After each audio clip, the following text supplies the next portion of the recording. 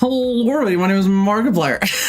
Hi everybody, this is session 2 of the tower. I hope you're all excited to get us started.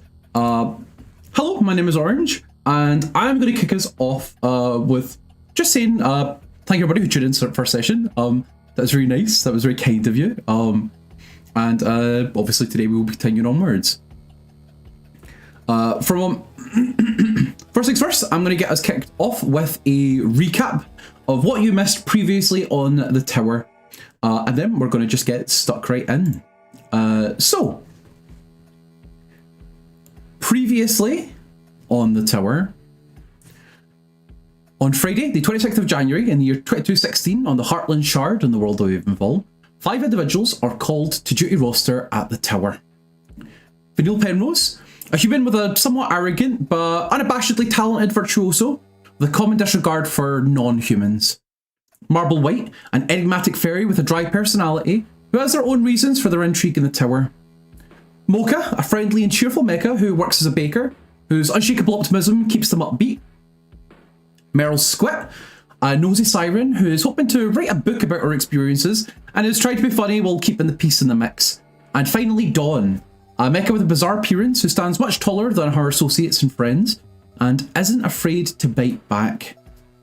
The group got very mixed first impressions of one another as they met one by one in a waiting room for Donnie Yancey and her associate Vigor to set them up and present them with their gear to go to the tower. Braving the storm and a deadly hike for hours and a blitz and blizzard above Spectacle, they finally arrived at the tower itself, with Donna having led them through a carefully curated path. Donna told the group that she dedicated her life to the tower, and it wasn't her who chose them, but the tower itself. Donna believed that for whichever reason, each of them might have had something wanted or needed, and she wished them the best of luck, as the mystery of the place had confounded her soul. She also briefly informed the group that the night prior, Mickey Racket, a local and friend to many in Spectacle, had been found mysteriously dead, with the blood from his body having been completely drained to the point that he almost seemed mummified. This startling realisation made the group a little bit anxious about what their journey inside would entail, and with each of their unique motivations in tow, they went to it. Some abandoned their gear at the base, some wondered what the place was all about, and some investigated for signs of an entry. And after a brief delay, the exterior of the building seemed to extend out its bricks into a makeshift staircase as they all made the steep incline up the side of this tower. At the top, they could see for miles into the horizon before the bricks began to slide back in, and an odd panel in the centre made itself clear. Space for each person's right hand that, when they all touched it, a mechanism activated and a set of stairs appeared going down deep into the tower. Inside, the place seemed completely mundane and with nothing really wondrous or special about it, and the group wandered around and quietly bickered amongst themselves, wondering exactly what they were in for, when they came upon a circular-shaped room with a strange pillar in the centre, the same mechanism present as seen at the top. The pillar in the centre had colours that ran down like its centre part, with a boxy appearance and different colours to it. So the group interacted with the mechanism, and something shifted. Going back out, they found that the stairs they had taken to come down now lead into a different way out, and the stairs they came in from had disappeared, and they found that the only way they could go is deeper into the tower. Dawn tells the group that she can swear she can hear something outside, something like a storm raging, but the others can't quite hear it. Following down, the group found a room with this odd purple crystal growing at the top of this tall podium. They lit the entire room with this purplish coloured glow, and a faded plaque laid upon it. Unable to make things out, a sound erupted from behind them, and they found that the stairs that they had taken down now led, instead of going up like back the way, it now led back down again. The group, unsure whether they should proceed or not, tried to look around the room for any more clues, and Meryl climbed up the podium itself to try and touch the crystal. When it zapped her, it almost completely took her out, but M.O.C.H.A managed to dive in to save her.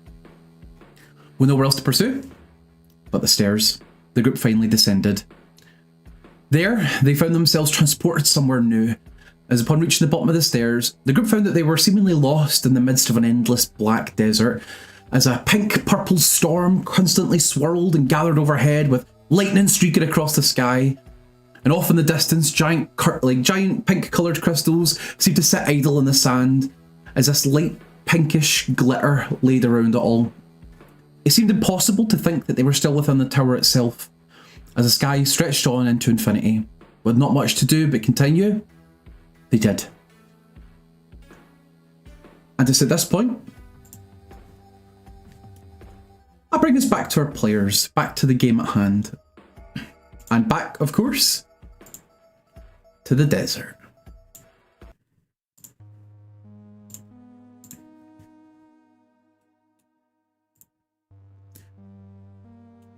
So, an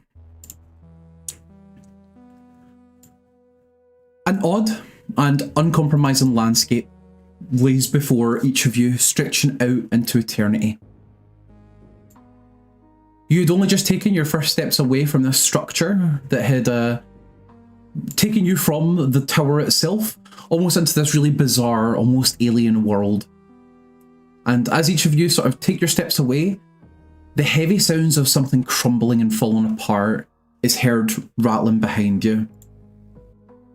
And as each of you spin around to take note of what the sound was, you realise the structure that you had come from has sort of fallen in on itself. The rocks that made the staple of that building sort of collapsed inwards, a bigger crystal on top sort of crushing it under its weight and leaving you with no way to turn back.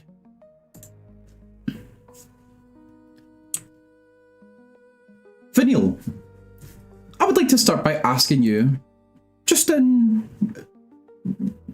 the slightest terms, where your head is at right now. What are you thinking? Vanille, as much as she likes to hide it, she definitely would probably be a bit scared. Anxious, I guess, is the better word. She doesn't quite understand what she's meant to get out of this. She was really expecting some obvious, glaring answer. But this space is just so vast and empty that it doesn't really inspire much creativity in her, and that scares her. A fair take for someone with a motivation such as yours. Marble, I'm going to turn it to you. As you look upon the crumbling structure behind you, realising there's no way to turn back, what sits on your shoulders? What are you thinking about? Likely anticipation. It's kind of like one way forward now, and they're kind of just ready to continue on. A driven person with a driven motivation, striving forward to something you've always done and something you will always continue to do. And now to you, M.O.C.H.A, as that crumbling sound of the structure falling behind you, where is your head at right now? Anxiety. This is far more than what met the eye on the outside, and being here now, it immediately makes more sense how so many people in the past could have gotten lost, because this place seems endless. Hopes of finding something or someone here suddenly seem very slim. The grand scale is definitely much bigger than anything you've experienced in your life, coming from Spectacle, a place that is known for being pretty small, compact, not big by any means. And it makes sense that kind of anxiety that you would never find people that you set out to look for would make sense for you, especially with what you set out here to do. Meryl, in the same vein, you hear that crumbling structure, realising there's no way back. What are you thinking? Where is your head at? Meryl's like, she's honestly barely concerned with the structure crumbling, because her head is like, the gears are turning, her interest has not been peaked, it's been like, even bigger than a peak.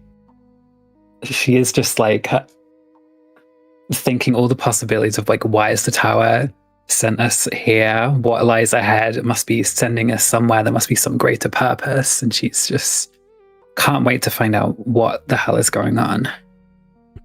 Speculation is obviously a big factor for the kind of person that you are. Wondering what this could mean, where it could be going, where you could end up going yourself, and how good this is going to look at the pages of your book.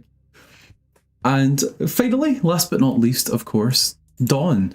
As you watch that crumbling structure fall behind you with no way to turn back, I ask you the same thing. What is on your mind and where is your head at? As the structure crumbles behind her, Dawn steels herself.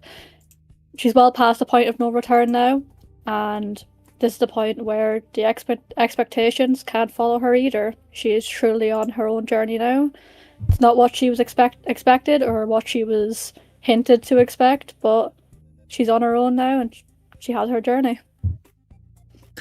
So, with each of these toils and each of your heads, knowing now that you're on your own, as Dawn had very aptly put it, and that no one else can really compare to the journey you're about to have, each of you stretch out your eyes into this big horizon once again. Now, upon this sort of endless landscape, there are a few things that are, they stand out. It's not as if this place is completely empty or sparse or bare of any kind of, excuse me, of any kind of immediacy or structure. And as mentioned before, every now and again, you hear a lightning crack overhead as one of these lightning strikes seems to light up the entire sky with this pink spark. And each of you can now, as you're standing out there, knowing there's no way back, can see like into this sort of vast horizon. And at this point, I would like to invite every single one of you to please roll me a perception check. Let's see what you can see. And I'm also going to ask you guys, as part of this, if you could tell me what you're specifically looking for or what you think your character would want to find, that'd be very helpful. May I cast guidance on myself? For Yeah, this sure check? thing. You know that you're doing it, you know? Excellent. Oh. One moment. That's a big number. That's a pretty big number there. Oh, okay. And Dawn, I'm waiting for you as well, please. Sorry, I'm just trying to figure out how I actually roll it. If you just click next to where your character's skills are, the number for perception, if you click on that, it should roll it for you. I am clicking it, it does not appear to be working. Do you have Beyond 20? I know you've just moved to the computer. Do you have Beyond 20 on that browser? I should. I'm Do gonna I leave you... go through everyone else and I'll come back at the Yeah, end? exactly. That's what I was going to say. Like, you try and troubleshoot yourself, and I'm going to sit with everybody else. So Meryl, since you rolled first, I'm going to ask you, what are you looking to see? Like, what is Meryl looking for? She's definitely looking for any kind of signs of civilization, I think. Okay, signs of civilization. With a 15, I'm going to say that as your eyes scour over this mostly empty landscape, civilization is a hard thing to really quantify, but there's something that is definitely notable to you, which is off to like the northeast of where you're looking. You can see that one of these like big pink like crystals that stretch out of the ground. As you're looking at it with your 15, you're able to tell that it doesn't quite look, because crystals are very organic shaped. Do you know what I mean? Like they have a sort of twisted nature. But you notice that instead of having like that sort of organic shape, it's got very hard looking edges. It looks very boxy, almost like at one point or another it could have been a building. But it's completely cast in the same pink crystal that it now has, in the same vein of all of the things in this environment. And you can see off to the northeast, like this sort of, it looks like it's half sunken into the sand. If you imagine like it almost looks a bit like the shape of like what you think of a museum to be, very boxy, with a sort of protrusion out the front and big, almost like columns, it looks like, but like half sunk into the sand, half buried, leaning slightly forwards, almost sort of like hunching over the environment. That's the element you can see. That's like you immediately go like, huh? Marble, what were you looking to see? Marble is quite distracted and is probably mostly just looking at the fancy lightning, and pretty focused on that. That's totally fine. Every now and again, like, you're trying to do that thing where you count, like, to see if it's getting closer or further away, and you're like, whoa. But you almost kind of lose track of it every time you look up at it, because it's very enticing. The way the lightning moves and swerves across the sky is not the kind of... It's not the way normal lightning, like, appears. It doesn't just blitz for a second. It seems to linger. And you're just kind of like, whoa. Like, you just kind of can't take your eyes off it. M.O.C.H.A, with your 29, what are you looking for? I suppose I'm looking at the lightning storm as well, but less in fascination, but rather with the intent of spotting anything that would give me a sense of direction, since my compass went crazy last session trying to get us any sense of that kind of thing. I'm looking, are the clouds moving? Is the lightning striking in certain ways? And when the lightning flashes, is there like a shadow being cast as if there was something there? So what I'm going to say... Anything? Yeah, so you actually do get quite a bit here, right? So first things first, yeah, if you look down at your compass as well, you realise that, like, in the same way, the lightning does streak out across the sky, but as you look at it, you realise it's always coming from the same direction, which is odd. That's not normally how lightning works. And the way it streaks across the sky, it's almost like it doesn't actually hit the ground. It doesn't look to you as though any point this lightning ever touches the ground. It looks almost to just streak horizontally across the sky, as though like reaching out for something. And it always moves from somewhere in the north, like towards you. It's definitely odd, it's definitely strange. It looks almost like it has a source, almost. And in terms of the clouds and stuff, you could tell that, like, as much as there's clearly an atmosphere to some extent, the clouds constantly swirl and move, but are very, what's the word? Indifferent to the lightning itself.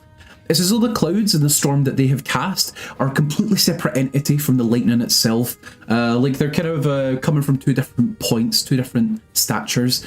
And I'd say, that's not science, like, that's not how it works. And I'd say you're probably able to pick up on that. And Dawn, I'm going to ask you, what, with your 13, are you hoping to see? Dawn's looking at the land masses that are coming out of the sand and she wants to see if there's any pattern, if they're similar, if they look like they're constructed out of the same material, just if there's anything similar between these masses. Sure. Also, I realised I just missed Vanille. Vanille will come back to you in just a wee second. So, from the looks of it, Dawn, with your 13, you can tell that, like, a lot of these, like, crystals almost seem to be, like, coming up from the ground at random. But that being said, the angles that they have and the shapes that they have are very, very different, and also very different scales and sizes, right? Like, the ones in the, like, the off in the distance are huge. They are massive. But I would say that there's probably something you specifically spot, because you're trying to see the difference between these shapes, right? You would spot that, like, off to the west, not super duper far away from where you guys are, but, like, definitely more westwardly, like, as best as you can describe that. There is something that looks to plateau a little bit. From this distance, and with your 13, you're not entirely certain what you can see, but it looks like this sort of, like, crag of rocks and crystals. They are kind of, like, clustered together. It looks a bit odd and a bit strange. There's definitely more to that over there. And finally, I'm going to go to you, Vanille. Vanille, what are you hoping to see? As much as she is looking, she's definitely more focused on the listening part. Specifically, like, with the lightning, like, does that sound like lightning should? And also, she's a little bit cautious and concerned that they might not be alone. Like, she's like listening out to see if there's anyone or anything else around. Yeah, okay. So first and foremost, I'm going to say there is an unnerving quality to the silence that you can sense here. There's no stirring, no movement. You can hear, like, the gentle sound of, like, a breeze or a wind, but the wind never really seems to pick up the sand itself. Almost like the sand itself is too heavy to be lifted by, like, a breeze of wind. Which is odd because, again, that's sand is light and it's small, you know? but there's no sounds of anything else moving, no other sounds of anything but the wind and the storm, and technically your associates. But as you listen to the lightning, and it is very, very subtle, it would take a tuned ear, one quite like yourself, to notice this, is that the lightning does strike and make the same sounds as you assume a strike does, but it's also accompanied by a hum. Not quite tuneless either. What exactly the hum or the tune is way too hard to tell, because it's like everything else around it is making it way harder to sense. But there's definitely a sound that accompanies that lightning that is not evocative of how lightning sounds. And the fact that there's a pattern or rhythm to it, and you hear it every time a lightning strikes overhead, makes it seem a bit odd to you. And now with all of that information, I'm going to pass it to you guys. What do you want to do?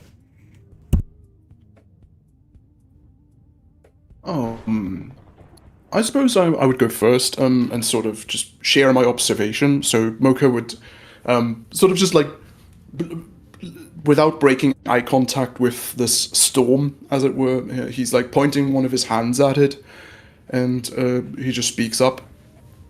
It appears as though this is not a natural storm. The lightning doesn't appear to be touching with the horizon at all. Rather, it appears to be moving in that direction, as if it were attracted to something. Perhaps it is for the best. I know metal has it conducts the electricity. I suggest we head that way then. Is it the same way as the rocks are flattening out westward-ish? You can see them; they're flattening in that direction. Yeah, if you guys follow, like I mentioned, Dawn points, and if you follow her eyes, you can definitely kind of see sort of what she's talking about. But it's definitely not the same as the direction that M.O.C.H.A you can see the lightning coming from. Yeah. So yeah, if I understand correctly, sorry, just to clarify, it's coming from the north, shooting, as it were, overhead, southbound? Yes. Almost the direction you guys have come from. You guys are also maybe, like, at most 30 feet away from, like, the structure you left. You're not super far away from it. You're kind of still where you started. Yeah. Are these rocks, like, they're virtually closer, right, than wherever the origin of this lightning would be, right? Yeah, for what you could see, if you kind of draw your eyes across that horizon, where the lightning is coming from, it stretches on for a long ass time. Whereas like what Dawn is talking about is definitely way closer. I would think we go for the closer point of interest. Perhaps there's something to help with the journey. Yeah, I'm not sure I want to find the source of that lightning yet. I want to find it, but we can wait. As long as we do not touch it. Yeah, that'd probably really hurt. We're all quite conductive to lightning, I believe. Some more so than others. I have no wish to find out. The crystals may provide us with a vantage point. However, it is ill-advised to stand at a high point during a lightning storm. However, again, this lightning storm does not appear to be natural, as the lightnings do not appear to be touching down. I would think it would have struck a crystal by now, if this was a worry.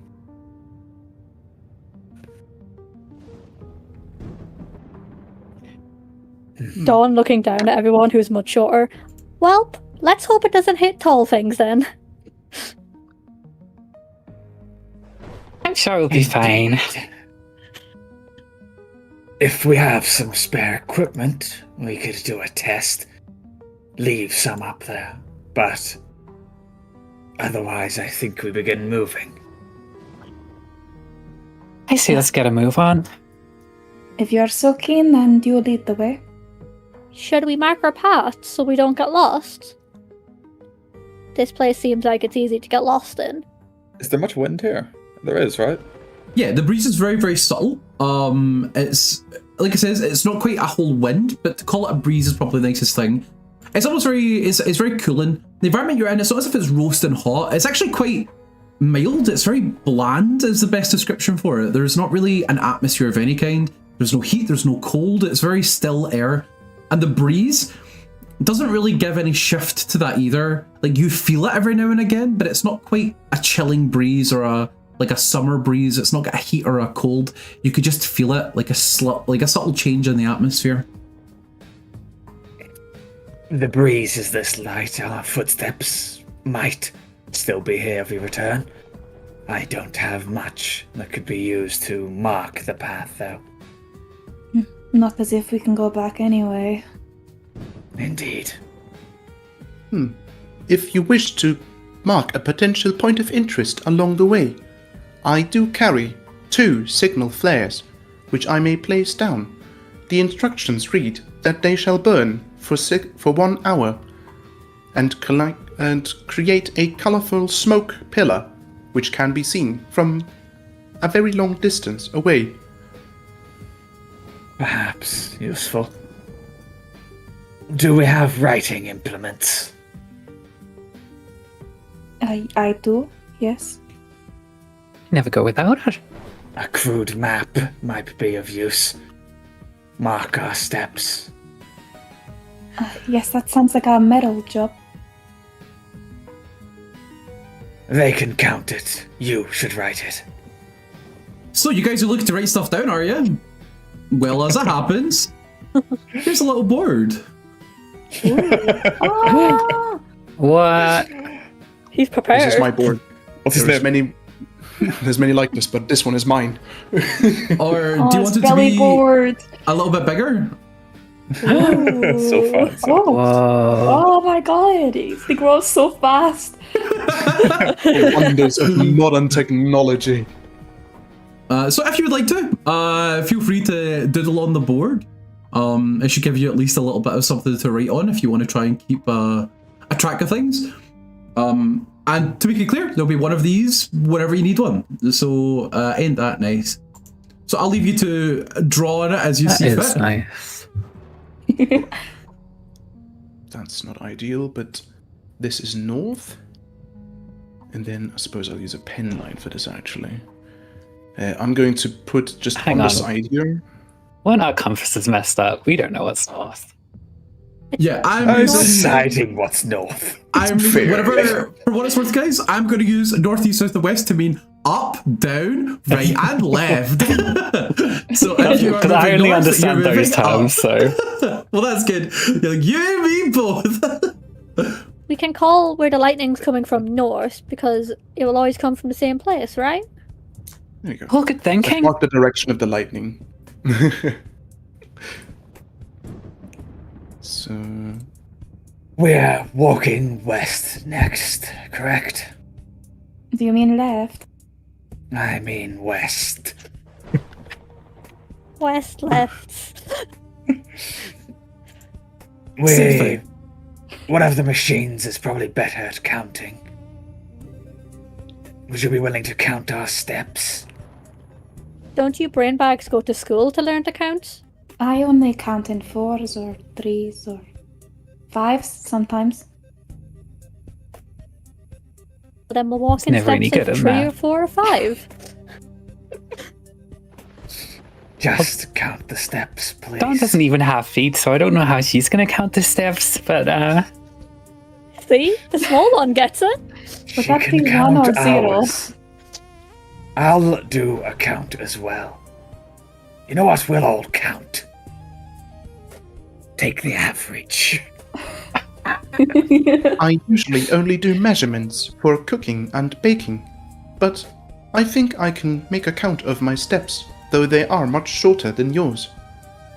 I How would many- also like to point out that Dawn will not be making any steps at all. Yes, Yes. very clever. How many tablespoons is it to that rock? I am not certain. It depends on the size of the spoon. It's a tablespoon. Are they not always the same? Well, while that is a common assumption, I happen to have a very large tasting spoon with me. God, you must be a terrible baker. They are from a backwoods town in the middle of nowhere. I'm surprised they You have can't- measurements here. Like M.O.C.H.A was like looking up at you while having this conversation, and you can just see his head like sink a little bit, and he's just looking down at the sand. Oh. He's not I exactly think your expressive. crumpets were lovely. I am sorry, I can't be of assistance. I will try to count my steps then. That's all I ask. Okay, well, she gets set off then. Indeed. Yeah, Marvel starts striding. Second Sure. is agreement. 1, 2, 3. So as you begin your journey, moving in that direction, you're walking for maybe close to 10 minutes. So imagine your step counter is pretty substantial at this point as you make your way over closer and closer. And as you do, you can see this sort of shape becoming more and more apparent in the distance the closer that you get. And keep in mind that other crystals are sort of like randomly sprouted up all around when you get to this sort of almost like plateau, it looks like. And once you guys get close enough, you can see that like this sort of dark coloured rock pokes up around the sand. The first signs that you've ever seen of like this kind of rock. Most of the things here are either black sand with that purplish bluish sheen, or the purple crystals that poke up from everywhere. But as you approach this, you can see that these this sort of dark rock is sort of like poking up through the sand, and you realise it actually kind of dips like sort of downwards, like it's concave on the inside, and it's not quite as flat as it looked to Dawn at a distance. You could tell that like as you come up to the lip of like this sort of concave shape, it is quite big. It's got a diameter of maybe like 40 feet-ish, like all the way around, and it's circular in nature. So it's this big circular sort of concave shape that sort of like dips into the environment. And on the other side of the dip, you can see there's a whole bunch of the crystals, way smaller, like almost like condensed. It almost looks like you're looking at the inside of a geode as you look down at it. But as you come up, you spot there's a couple of things that are a little bit odd about the environment, like in the sort of, what's the word? In the nearby periphery around this. You spot there's about like 5 almost like boxy looking shapes scattered kind of like loosely around this big central like dip in the terrain. Each of these boxy shapes are also made of the crystal, and they're very irregular. They're not quite exactly like perfectly box shaped, and they're all very horizontal, quite close to the ground, and they're spread out all around the place.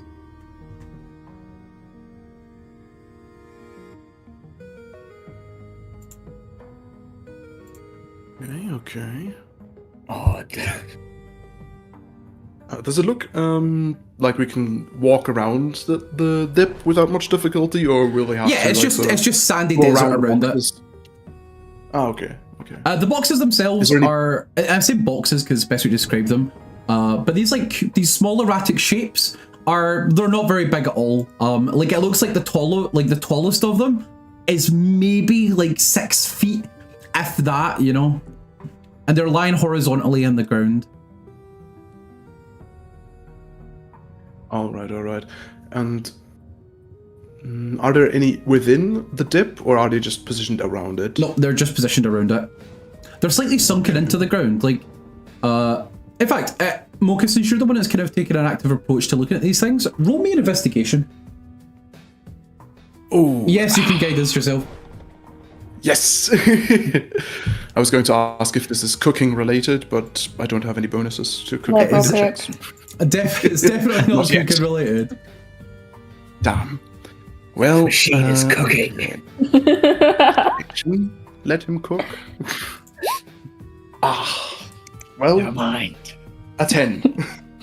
So a 10 is just enough for you to tell that, unlike the crystals that seem to almost be like poking out of the ground, this form, this shape, is almost like sunken into it and it looks like over time it has just sunk more and more.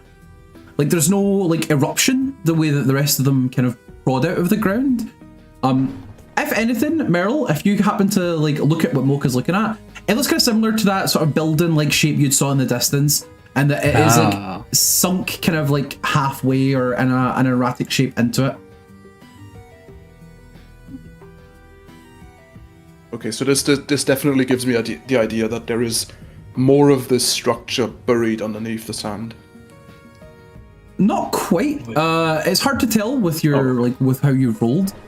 It could be. You could be right in saying that, but it's hard to tell like with 100% certainty here. Would you like to try clearing around it? You do have a big spoon, you said. I do, but it is for making food. It is not suitable as a shovel. A shame.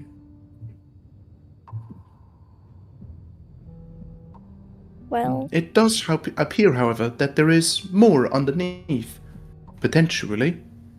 At the very least, these crystals appear to be embedded in the sand. I wonder how deep they go. This is important information. How?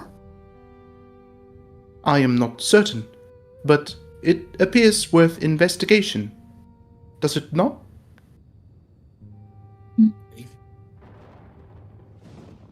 Can you pull it free? I don't think so. These are quite cumbersome.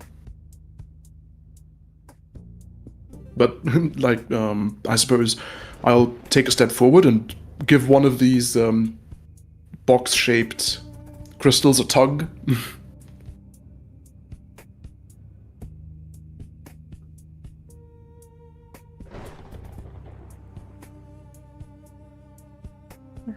assuming it doesn't move then. Muted. Yeah.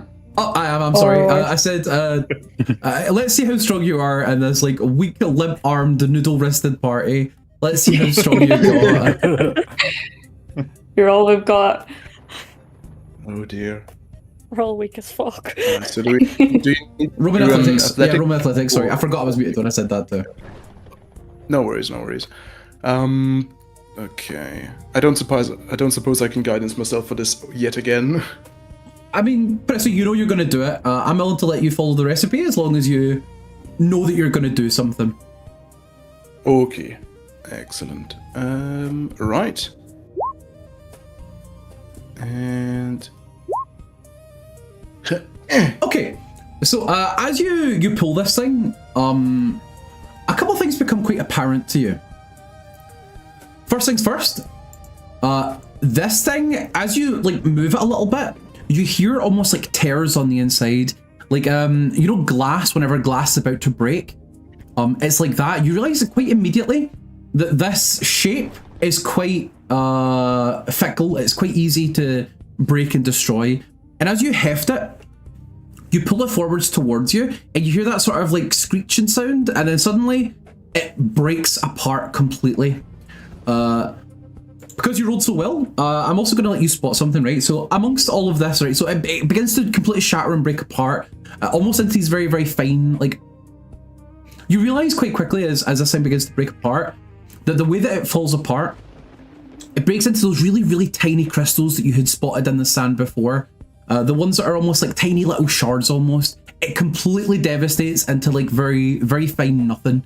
As loads of pink crystals sort of form and shatter all around and break all the way down until your essentially is laying in front of like this, almost, it looks like you've just broken a window like into loads of tiny pieces as it sits like firmly on the ground in front of you. But amongst the wreckage, I don't know who had that ready to go, but great. You notice that amongst the wreckage is something small and spherical shaped, something that doesn't quite align with the rest of this shape. And Okay. I'm even going to go as far as saying, okay, sorry. oh, I was just going to say, like, M.O.C.H.A. I'm gonna stand there for a moment, just holding. Do I still have a chunk of glass in my hand, or Yeah, if you crystal in imagine my like hand? you've probably got like quite a lot of small chunks of it in your hand, Because you've pulled it and it's all broken underneath you, and you're still holding on to like a couple of chunks of it, essentially. Yeah, so he's like looking at them and then looking at the place where he just kind of broke it off, and then he turns around, like his feet not moving, just like his body like rotating back to look at the party, and he's like, "I am ever so sorry. Oh, you broke it. It was not my intention. It appears to be very brittle, almost like, well, brittle candy. I do not recommend consumption, but there appears to be something within." What is it? He like turn back and be like, "I am not certain. Some sort of sphere." Oh, I'm a bit nervous around spheres at this point. Let me have a look anyway. So Meryl, I want you to roll me investigation. You're kind of like, Yay. you're actually going to go have a look around, right? Gosh. Oh. Okay. With your living, you spot two things. First of all, you spot the thing that M.O.C.H.A is talking about. Is actually, it almost looks like the size of a marble, like as in like a toy marble. Marble. It is marble. Cameo. It's very, very small and dinky, right? So it's like the size of like a toy marble. And it's sort of like purplish in hue, but it's ever so slightly translucent. And inside, you can see almost like a blue swirling, almost like glitter on the inside. Like almost like it's got liquid on the inside, and glitter. So it's like that. And as you sort of like reach out, you're like, huh? Like you pick it up. You spot that just behind of where this thing has broken, another thing, like another sort of half, like, let me try this again. Another crystalloid kind of object, separate to the thing that was laying there, sits again almost like half buried in the sand, just behind it. It's kind of odd in the same vein as like when you guys had first arrived. I think it might have been you or it might have been Marble who spotted like what looked like a perfume bottle that had like half crystallized. It looks almost like that. It looks like an object, like a normal object that is half crystallized, laid next to this shape buried in the sand.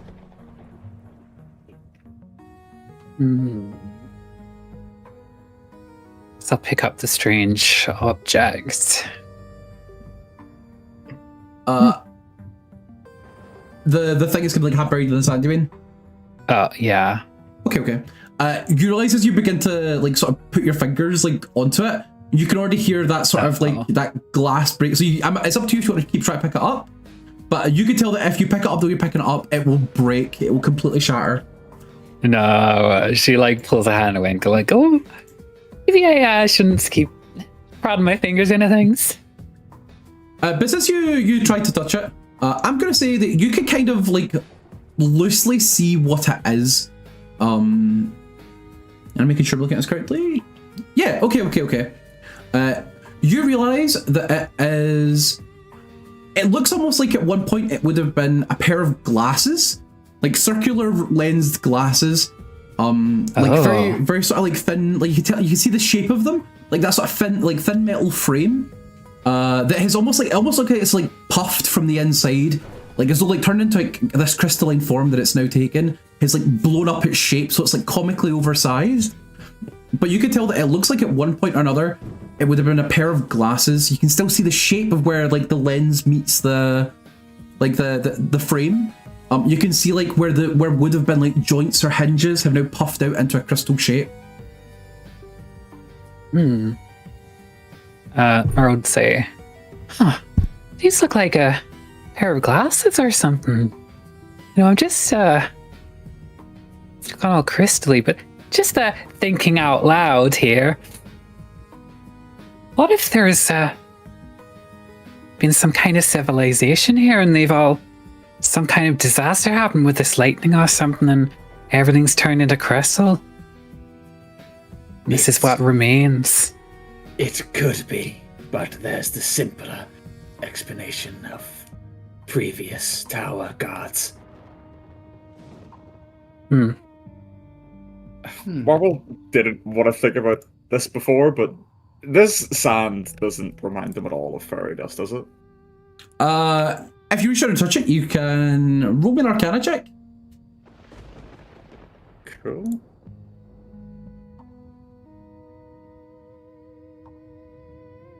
God. You pick up like a scoop of this, or you kind of try to.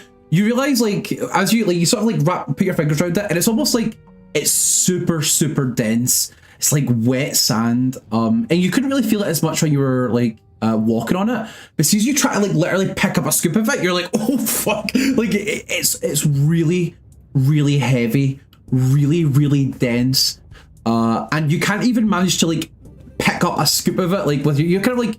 You know, like whenever you try to do something that's like you use less strength than you need because you think something will be lighter, it almost like knocks you over a little bit, as you definitely didn't exert enough force in order to pull this thing off, like up from the ground. And based on that alone, you would say it's probably not fairy dust. Fairy dust is like it's light. It has like the same consistency of normal sand, whereas this stuff definitely doesn't. You're not super sure whether you're correct or not in your assertion. But you just kind of like lost a fight to some sand. If the sand is this heavy, at least our footprints might stay uncovered. It's very heavy, by the way. So long as the weather doesn't change. True. But do you suppose that something is embedded within all of these crystals? Pointing at each of those little boxes with the little orb in mind that is still in front of me, which I suppose I would make an attempt to picking that up to have a closer look. Is the orb itself also crystallized, or was it just encased in the crystal before I broke it? So I'm gonna say Meryl probably has it because Meryl did chase you picked it up, right? But it's also you said it. Oh, sorry, Bob. Oh, okay. But you want to have a look, right? You want to have a look, so I imagine you picked it up. For what's worth, it doesn't injure you or hurt you in any way if you do pick it up. What? But but it does have. It's definitely also crystalline in nature, kind of similar to the thing around it, but it doesn't feel like it's like. It feels like you could break it if you wanted to, but it would require a little bit more force than like you just lightly touching it or moving it around for it to completely shatter into nothing. But if Meryl passes it to you, because I've decided Meryl has it, fight me, you can absolutely take it off of her. Okay, I know if Meryl has already investigated it, like she can keep it, but I suppose instead then I would like to. I don't want any more orbs. Alright, will I just add a crystalline orb into my inventory then, until we get further information on it? Sure, is there anything you want to do with it? Oh, sorry, when you go Dawn? Maybe we should see if it touches another orb, if it'll react. Like magnets almost. Since it doesn't seem like it's painful to touch them at all. The compass did appear to interact with the lightning.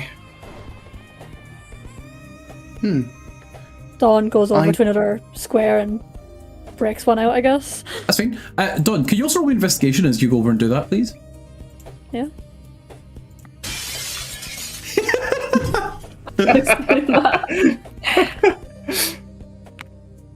How do you roll with advantage again? Is it shift? Is shift. Why are you rolling with advantage? Just so I'm following you. It says I have advantage on investigation. That might be on something specific. That may be about something specific. I would double check your sheet. But it's fine, you rolled a 24, right? So I'm going to go as far as saying, Dawn, as you go over and you sort of shift this thing, and again it completely shatters apart, and you spot that little, another one of those little sort of like tiny marbles, those like little purple coloured spheres, that you get a hint of something. You get a tinge of something, and you realise, maybe due to the nature of your being or something else, that those things are definitely magical in nature. You have, sorry, I just double checked it. You have advantage on like your background feature, like the special background feature you've got. Whenever you do that, you get advantage. But it's fine, so you roll really well. But you notice that as you sort of like go to pick one of them up, there's definitely a magical element to this. You're not super sure what it is, but you can just feel it like coming off of this object. You could tell that its entire nature is almost entirely magical. And as this thing shatters in front of you, you spot another one of those sort of malformed, half-crystallized objects sitting next to this body. At least, that's what you think it might be the more that you look at it. You realize the way that this thing broke, on the inside almost encased in it, the way that it shattered. That's a head, that's definitely shape of a head, it's definitely malformed. You can't make out any features. That was an arm, like outstretched upwards. That looks like maybe a leg. But as it has broken, like it's kind of like, it is destroyed. But you realize that it's kind of similar in nature to the rest of these other things with other objects scattered around. And lying on the ground next to this one is, it almost looks like, again, it's kind of like grown out of shape as it's sort of like bloated from the inside as it's turned to crystal. But it looks almost like a big paintbrush, and an artist's, what do you call it again? Like a palette, like a small palette and a paintbrush that are sort of like held together almost. You can see that's the shape of the brush. It has that sort of very like obvious shape of like the tip. But again, it's all bloated and out of form and shape.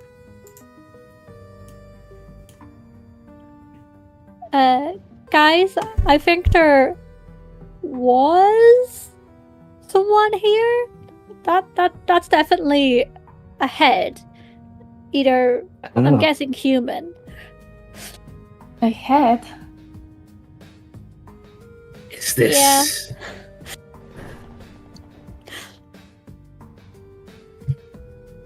human, you think? Well, fairies go to dust, and it's definitely not metallic. Is there From any what it cases of seems. fairies turning to crystal when they... Not necessarily when they die, but under some kind of duress? Roll me history. From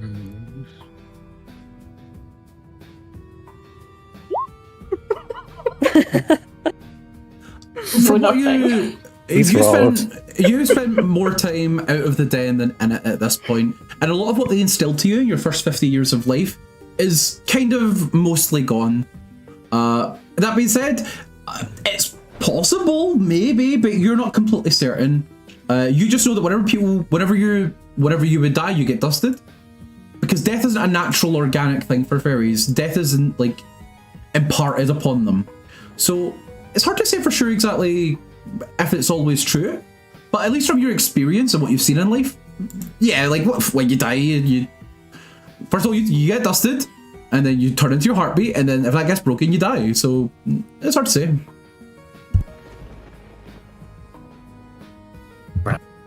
Remember if it's a fairy trait or not, but it's odd. I'm fairly certain humans don't do that naturally, though. And sirens certainly don't. Well, I hope not. There And must be glasses did look something. like. Sorry. No, it's all. Go ahead. I was gonna say, the glasses did look like yours in the end, didn't they?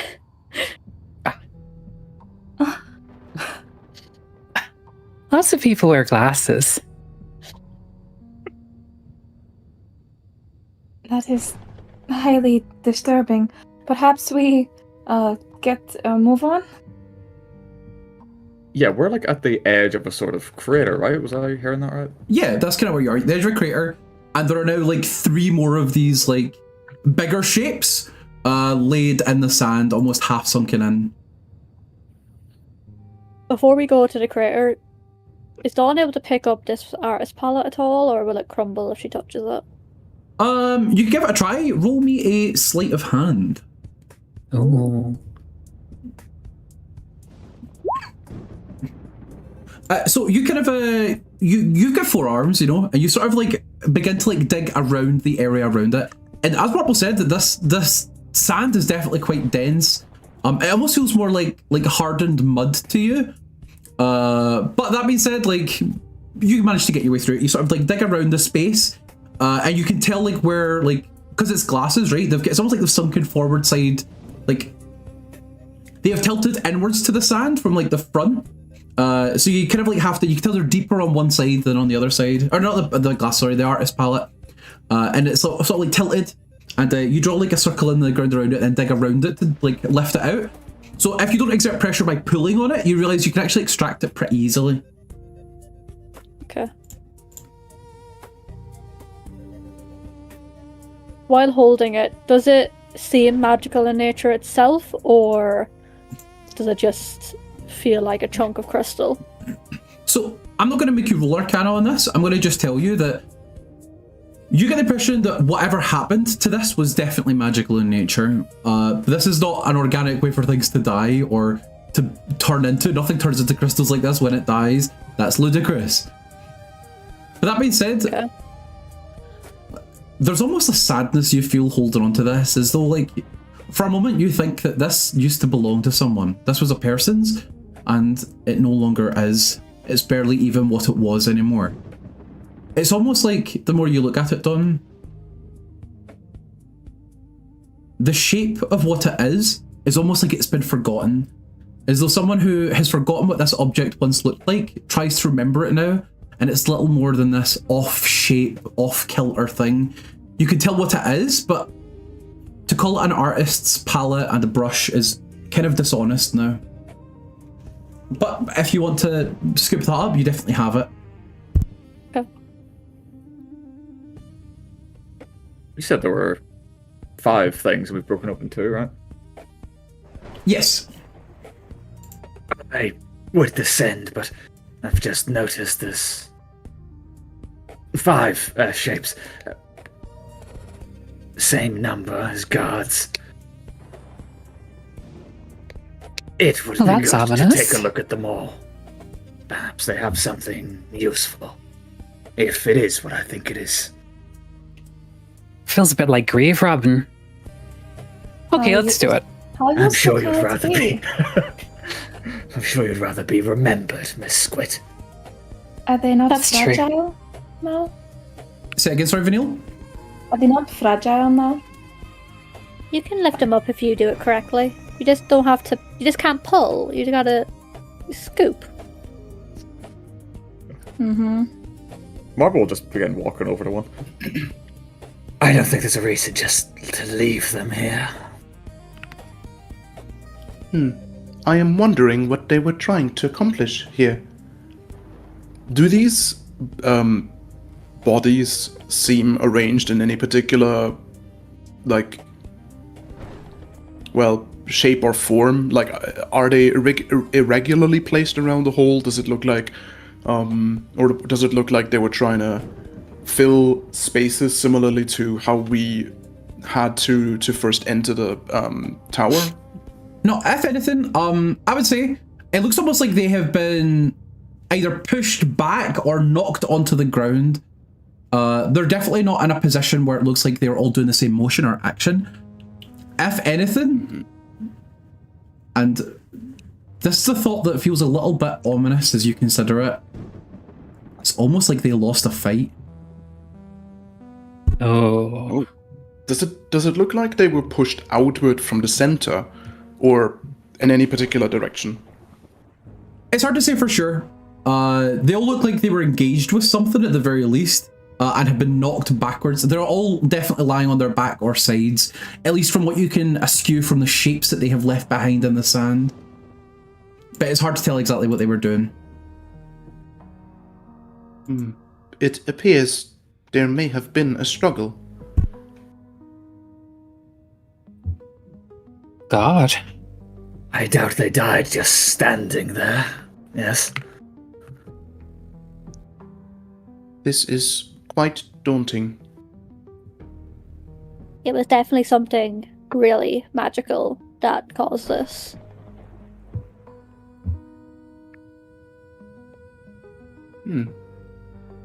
Yeah, Well, Marble will whatever try to... we- Oh, go ahead. Oh, sorry. Whatever we do, we may hurry. I'm getting a bad feeling about this. Get working, then. Let's crack these open quick.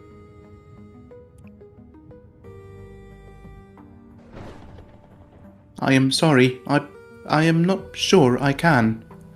This does not feel right. like Mocha is not trying to stop you or anything, but he's just like He's not having anything else to do with it. too squish, he's he can't do it. Marble, are you gonna try and break the rest? Yeah. Okay, that's fine. So, in the same vein, I'm gonna just say if you try and move them in any meaningful way, they sort of squeak and then break, and you find 3 more of those tiny little marbles inside of the bodies, if that's the word we're going to use.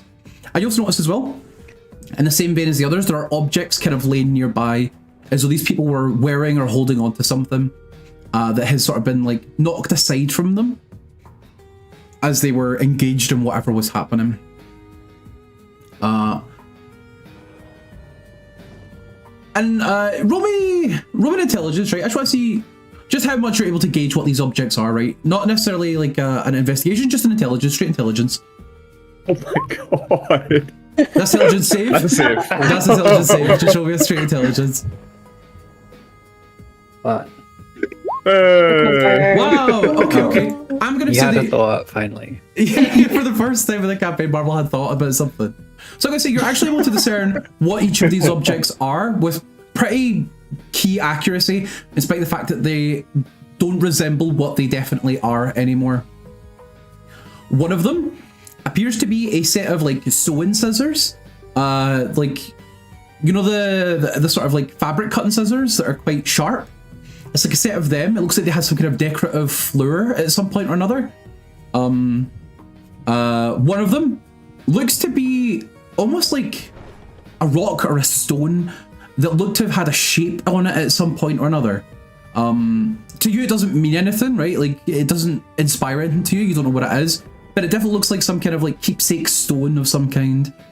And the last one is definitely unshakably so. It is a cocktail shaker. Oh. Get the party started. Have any of you seen these objects before? And like show them, like hand them around. I have seen the likes of which, but I cannot confirm that I have seen these particular ones. Not that we could recognize them now. Yeah, same. I'm gonna say Meryl and Vanille. Oh. Two of these objects are a little bit too specific for both of you that you think you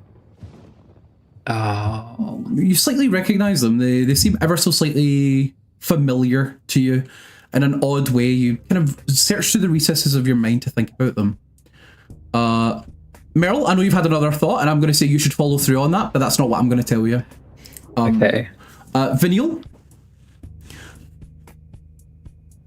Actually, is that true? I think I'm lying. No, sorry, it isn't Vanille, it's just Meryl. I'm a liar.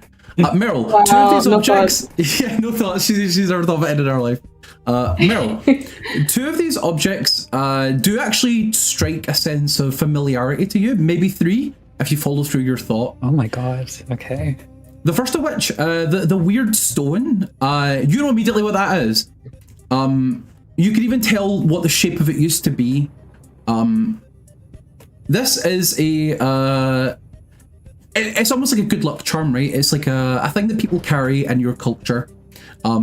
They kind of sell them almost as like novelty items everywhere in Blue Haven. But also in addition to that, they're the kind of thing that loads of people who have like a sense of belief or faith carry these around, and it is like a symbol of an entity known as the Rain Dancer. The Rain Dancer is like a historical figure who was like said to like teach the siren how to move on land. She's very, very popular. It's believed that like worship of her is kind of like good luck and stuff, like to believe in her and what she did is like a sign of good luck. So you can tell me that like that's a Rain Dancer stone. Right. The other thing though, there's like a slight chill as you're like, okay. And it's a set of stone scissors. You recall that in a book you had read, a book that didn't really mean all that much to you prior to your decision to come into the tower. You remember the main character of that book was a seamstress who went on an adventure to a place and to whom a friend of yours told you and imparted the information that character from that book was based on his daughter. Hmm.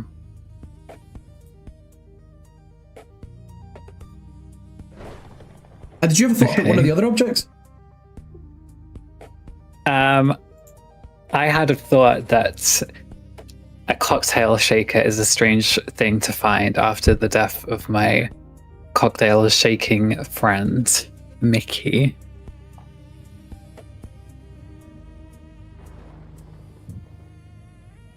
An intriguing point to make. One thing you knew about your friend Mickey is that he was not a very good bartender.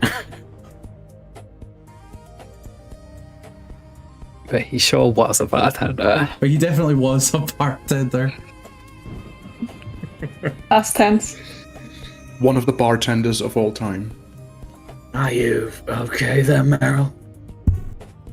Yeah, it's just, I don't know, I'm getting a bit of a weird feeling, and she'd explain her thoughts on what these objects are to everyone, and say, I think it's a bit strange that right after just learning about Mickey's death, I'm seeing a cocktail shaker. It's weirdly specific, but... I'll admit I thought the same.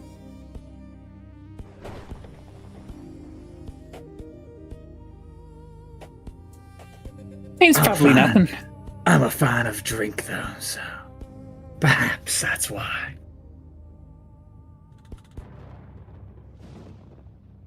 I'm sure everyone has been a fan of drink at some point in their time. It's like there's probably loads of these things laying around. Exactly.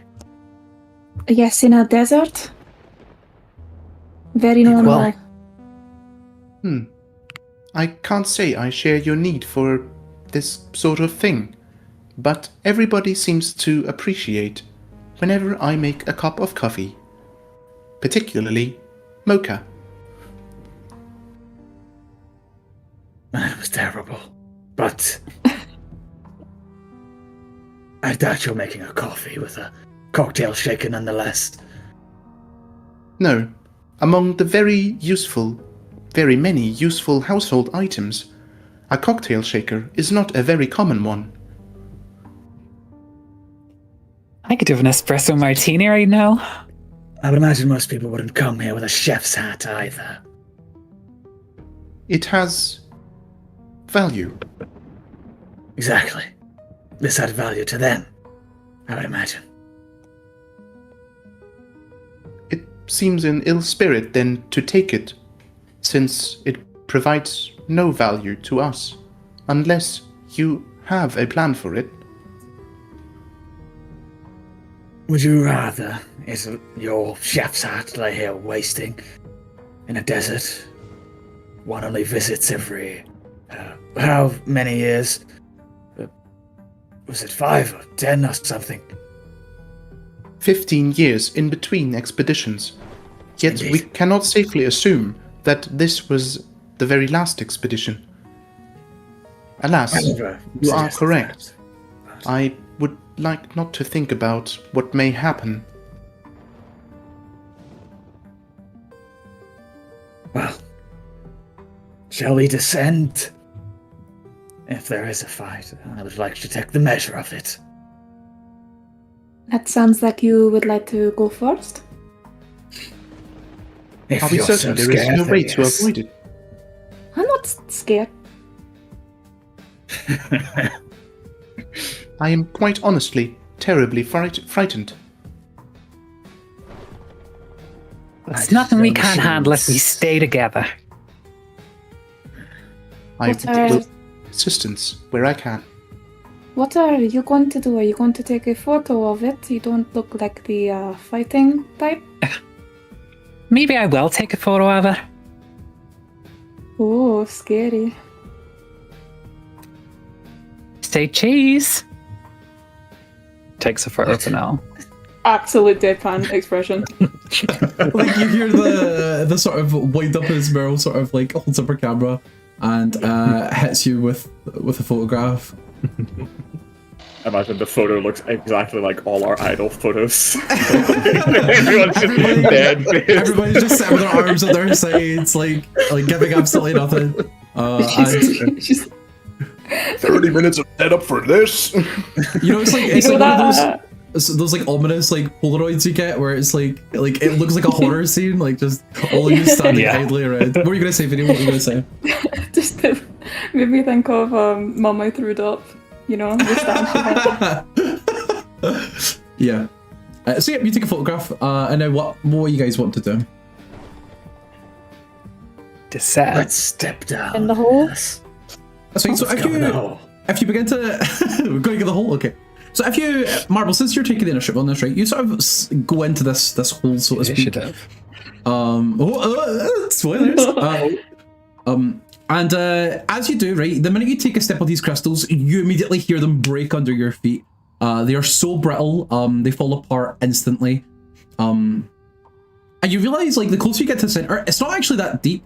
You're maybe going maybe 2 feet down, if that, by the dead center of it. And all you're doing at that point is just wading through these crystals, almost like you're looking into, excuse me, it's almost like you're looking to the center of a geode that's just been sort of cracked in half. As all of these crystals sort of lay open, sort of inviting almost. And if you step into them, they just break left, right, and center until you're just sloshing around and broken like crystal fragments and shards. But nothing really seems to happen.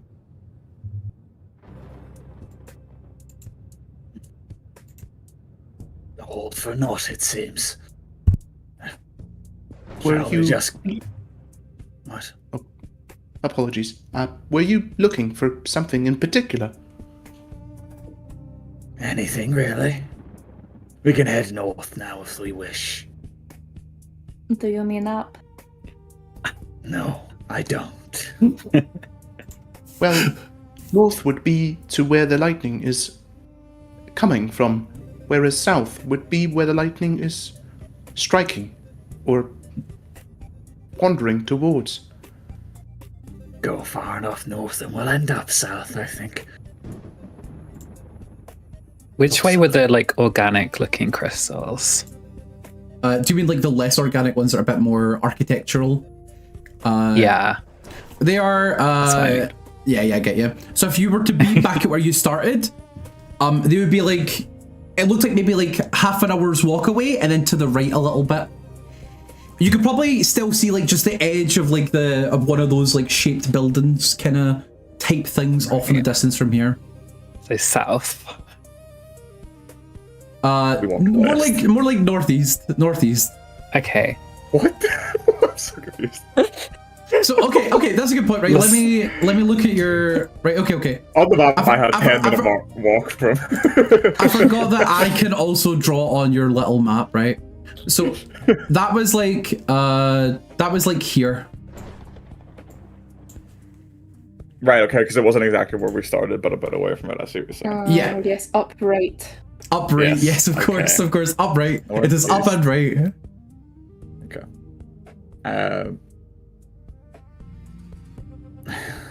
Yeah. Oh, we go north, though. Yes. Any path that will take us away from here, I am very happy to agree with. What about the rest of you?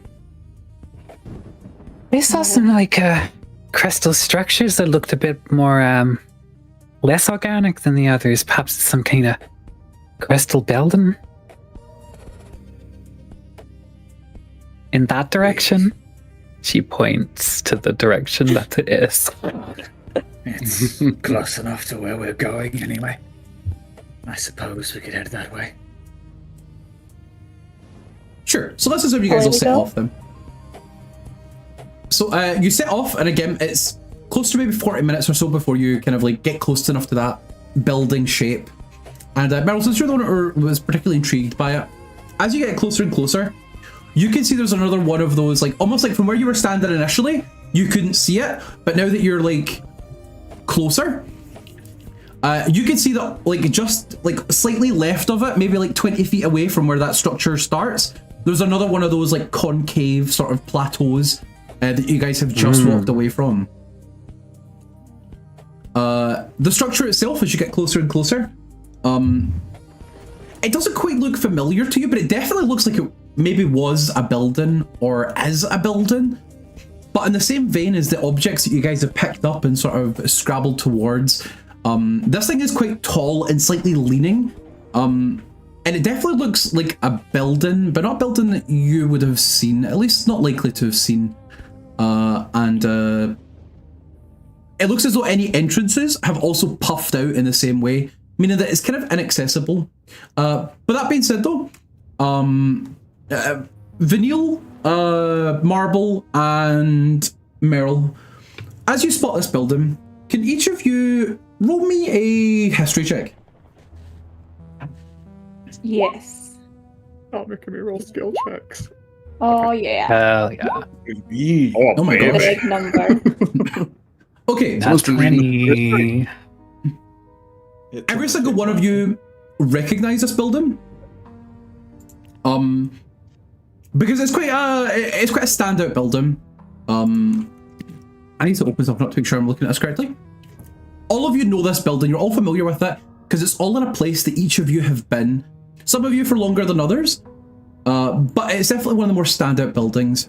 That being said, it doesn't seem to be how the building looks now. As this building, I keep saying the word building, it's beginning to lose its meaning to me. This building looks quite similar to, there's like a big town hall building in the town of Charnbury. Charnbury is in the middle of like the Heartland Shard. It's known as the city of like equal opportunity. It's very progressive. It's the kind of place where anybody can kind of get like an opportunity to do kind of anything. And it's also known for being very innovative, and it's the city is very odd in that it is built vertically, with this really, really tall structure. But because of its oddity and how tall it is, Charnbury is known like across the Shard for its very unique design aesthetic. And the closer you get, you realise that this is actually the town hall building from Charnbury, but it doesn't look like how it does now. Charnbury being a city that's always innovating and always building and always reinventing itself, means that its appearance has shifted over the years and is not representative of what it would have looked like even as little as 5 years ago. I would say both of you, like as in Marble and Vanille, probably recognise this building, or probably like, that's from Charnbury, but Meryl, you know 100% it is the town hall building. And you know that because you've had to go in there for a couple of things. Very briefly, when you worked for your travel magazine, you got the opportunity to go in and like explore this building at length. So if anything, you know this building, and it's so weird, very, very bizarre, very out of pot to see it in a place like this. Ross probably like staring at it like, what the fuck? She's looking at like probably Vanille specifically. I mean, like, are you thinking what I'm thinking? That can't be right. It is definitely familiar, but why? I'll tell you what it is. That's the town hall from Chambray. I've been there. Uh-huh. I might have, but I don't remember it being in a black desert. Well, no, it definitely wasn't in a black desert, but that is definitely the same building. I'd stake my life on it. I wrote a feature article about that. Was it any good? Award winning. There's awards for articles now. Oh yeah, there's all sorts of things. I'm always getting invited to this and that. What a waste of taxpayer money. They're not publicly funded. Are you sure? It's usually just like journalist gigs, you know, it's just a bunch of journalists showing up for these things. Honestly, they're really boring. I hardly ever go. Because you're trapped up in spectacle, I'd assume. How long were you here Well, for? only about 6 months. so far as I can remember, this structure doesn't resemble anything that I have ever seen. So, it is definitely not from Spectacle. Imagine everybody I just have very stares at you little frame of blankly. reference. Sorry, say again, Don. I don't think I've seen many buildings, and this is definitely not one of them. Isn't that nice? How did we end up with a robot that hasn't seen anything for this? Very bad luck.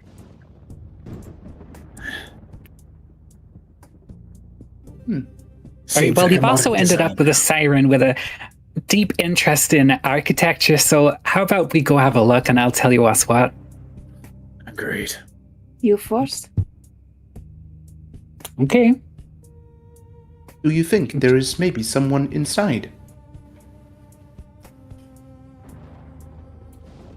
Not That would be a twist, for sure. Not the mayor, I hope. So Meryl, if you go up and do like a one-sided perimeter, right?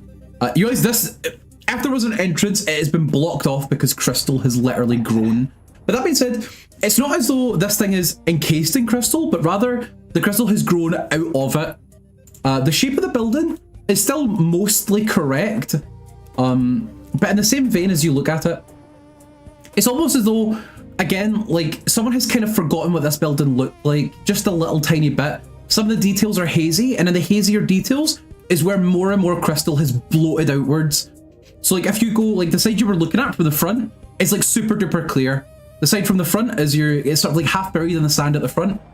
All of the lines, the edges are still very apt, very correct. But as you move around the sides and towards the back, it's almost like crystal begins to bloat like exponentially in all directions coming from it, really creating a vaguer idea or a vaguer shape. You know from your own personal memory that the back of this building has like a big statue with like a really specific decal and a mural and stuff, but all of that is definitely not there. If anything, like the vague shape of a person sort of pokes out the back, but is definitely more crystallized, completely lost as the shape of what it was and what you know it to be. And then also because you're doing like a once round, like if you're facing the building like straight on, to the left of it is another one of these concave sort of geode pits with 5 sort of figures scattered around it.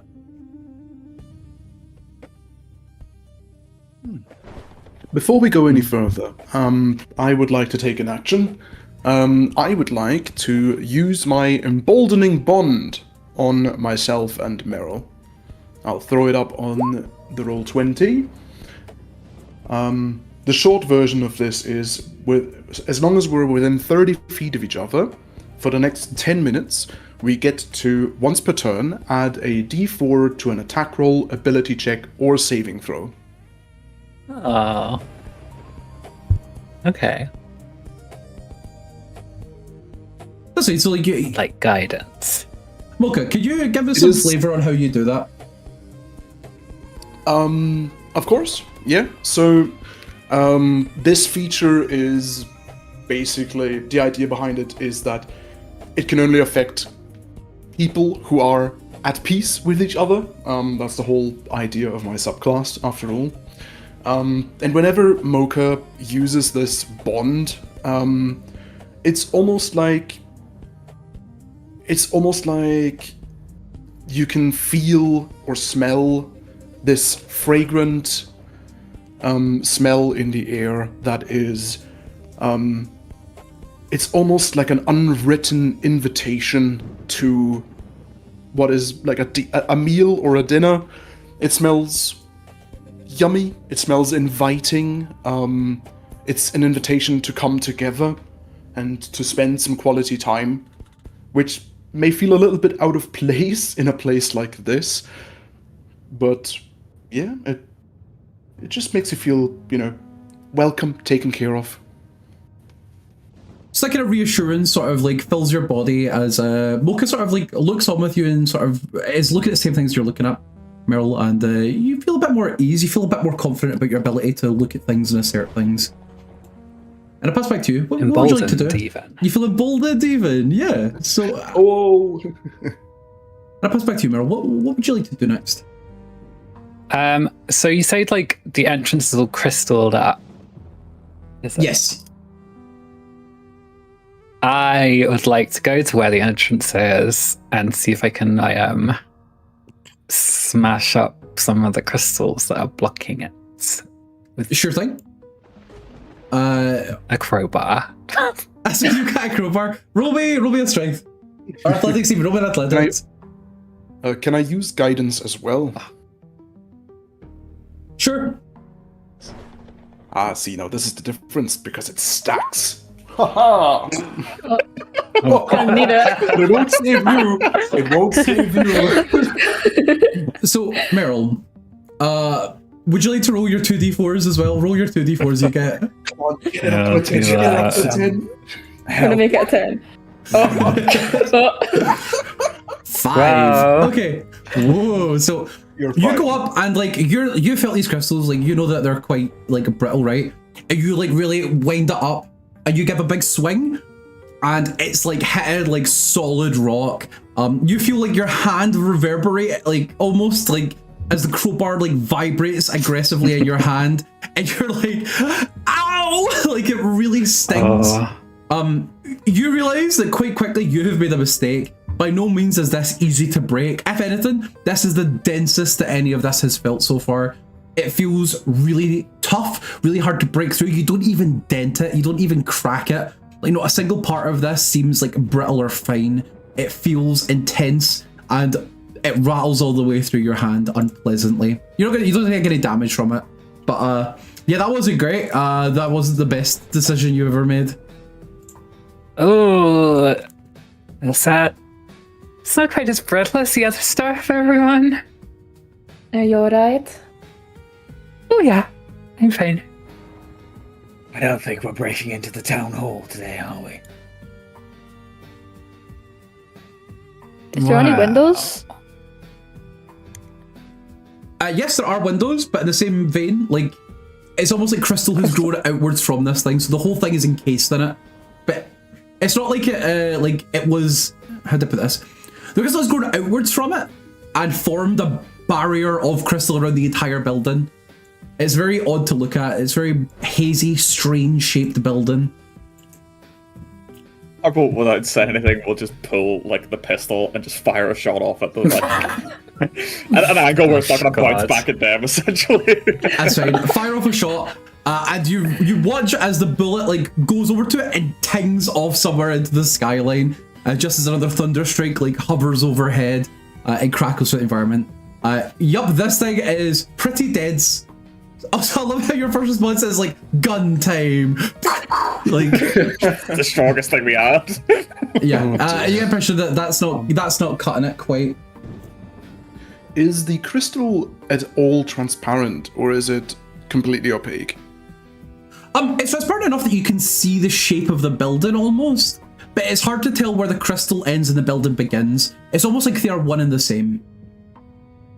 Okay. So I can't like very well make out what maybe on the inside of the building if I try to peer through the front entrance. I assume there's like a door that is like crystallized over, or Yeah, there's no way to tell what's inside because it's almost like it's like a 3D photograph almost of this building. Like you can walk around it and it gets a bit hazier at points, a little bit blurry almost, but it's almost like they are one and the same. And again, the entire building is sort of slouched forward, the front end of it sort of half buried in the sand, like sinking downwards. It doesn't seem to be sinking, like as you look at it, but it definitely looks big and it definitely looks heavy. Okay. It appears a most impenetrable fortress. Perhaps we should investigate the plateau nearby, and, if necessary, return at a later point. I suppose so. Didn't we? But yes. Agreed. And if you guys go look over to the plateau, in the same vein as like the last one, 5 shapes are sort of like loosely scattered around it. But unlike the ones you had encountered before, these ones are... I'm definitely correct in saying this. I'm not lying to you, I promise. Let me check. Ooh. I'll just look it up on the wiki. Spoilers, no, don't do that. Okay.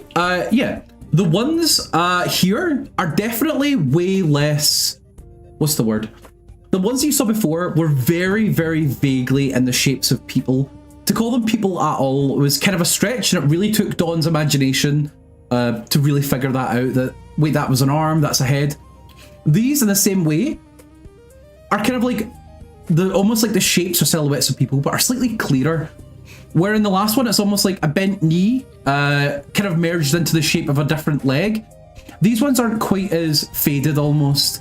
They're slightly more humanoid in shape. You can't see their faces or hair necessarily, but you can almost see like a vague silhouette of what that person would have looked like, what clothes they were wearing, the shape that would have taken on them, the silhouettes of what those people would have been.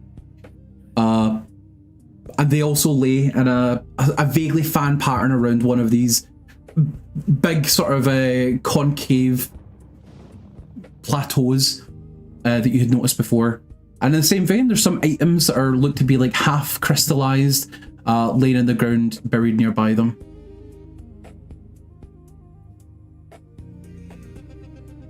I dare almost not ask, but does anyone here feel familiar? Do you? It's hard to say for sure. Yeah. Not necessarily. As you look at each of these shapes, like they're definitely people you know. And even if they were people you know, like it's unlikely to be able to like really tell who they are. The objects that lay next to them, though, are definitely not quite as ruined in the same vein as the people were. Well, that begs the question, and what are some of these items? Sure. Okay. So M.O.C.H.A, if you're the one that's like going up and looking around, these are not as hard to tell as the other ones. Like I said, they're not quite as lost from their shape. But you would spot another one of these like perfume bottles. It looks kind of similar, if slightly different to the one that you had picked up near the entrance of where you guys came in from. One of them looks to be almost like a staff of some kind. Like you can tell the shape of it. It's quite tall. It's quite long, and it clearly would have laid flat on the ground. And the crystal around it is slightly boxier and wider in shape. What the staff was of is hard to tell. You would have spotted. It looks almost like knuckle dusters. They're quite wide and broad in their shape and stature, but the crystal hasn't quite filled in the center where all the fingers go. So it's almost like you could technically put fingers back inside of it. It would just be a bit sharp almost. There is what looks to be like a brooch almost, in the shape of an anchor, as in like a nautical anchor. And the last thing you'll be able to tell is this sort of like hair clip, it looks like, with a really odd, strange design. It's got 4 kind of prongs on it. 2 of them at the top are much bigger, and 2 at the bottom are like much smaller.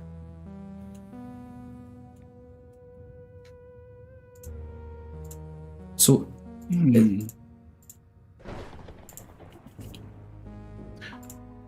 So, with these items being much less encased in the crystal, are we able, or am I able, to pick them up and show them around the group? Yeah, sure. I'd say you're able to do that. Like, loosely that shape. All right. Ah. Okay. So, yeah, M.O.C.H.A would show these around and say, I am not sure that any of these I am familiar with.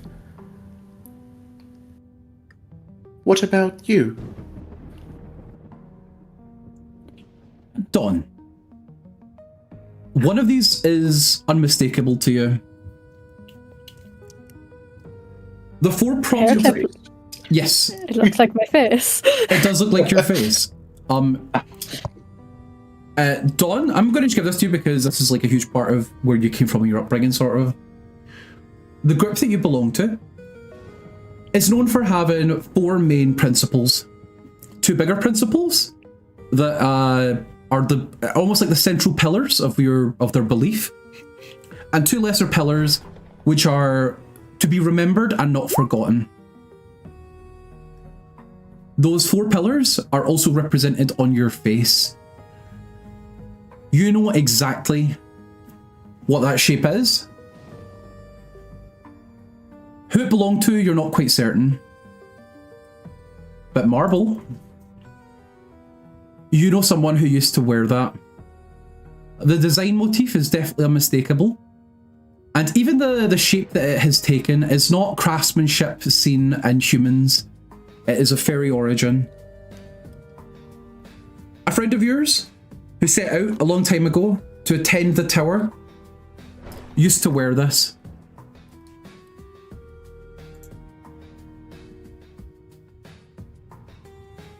That is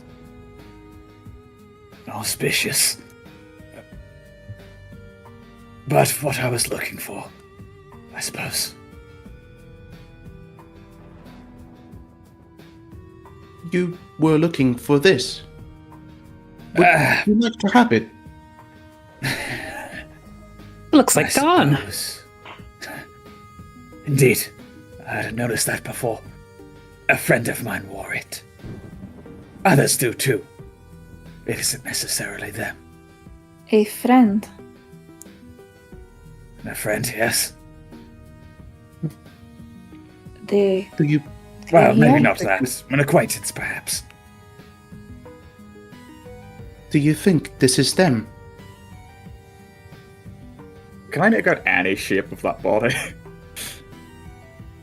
The one that it was next to, you notice is not quite a full body almost. The shape is way vaguer than the rest of them. And what I'd like you to do actually, as you're kind of looking at this, roll me Arcana. Oh, I hate rolling skill checks. I'd say your 11 is good enough, purely because it's something you've experienced. It almost looks like this person was in the process of dusting. Like, they're not quite fully dusted yet, but it's almost like they'd taken enough damage to get dusted, and their body was halfway through that process of literally falling into dust around them. It makes them have this sort of weird, melty looking appearance or shape. Can we crack it open? Perhaps find the heartbeat, maybe? I do not mean to pry, but do you remember the name of this person? I'm assuming it was cerulean blue, Connor, right? It sure is. Name drop. I've heard sorry, that what was the name. Cerulean blue. It's been a while. We grew gonna up say- in the den together. Were you going to say something there, Dawn? I know that name. I was meant to find them. I guess they're For found. their organization. Yeah. They wanted to see what happened and why they never came back. Ah. There's your answer. Interesting. Like I said, this isn't necessarily them. It's a fairy, I think. Someone being dusted. Which means they weren't. I'm correct in that fairies get dusted and become heartbeats, right? Yep. They weren't necessarily gone at the time. Simply ready to start recovering. And the fact that they're like this, partway through that, is worrying. Do you suppose that the regeneration process might have been halted? Perhaps they are still in there. That's what I'm thinking. Like I said, let's try and get them out. Oh, Cerulean Blue was also part of the most recent expedition.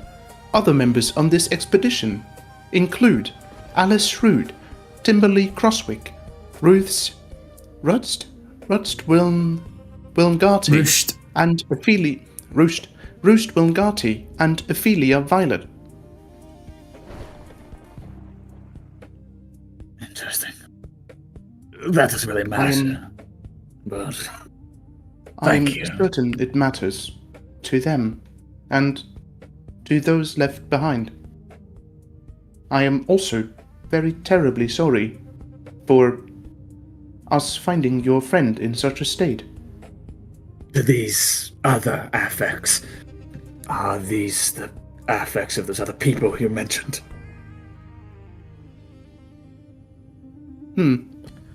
I'm not so certain. I only know their names because, well, they are of course listed among the many names in Spectacle of all the people who have gone, including our names now as well. This was not the expedition of Mr. Adrian Nussbaum, my creator's father, which is to some degree a great relief.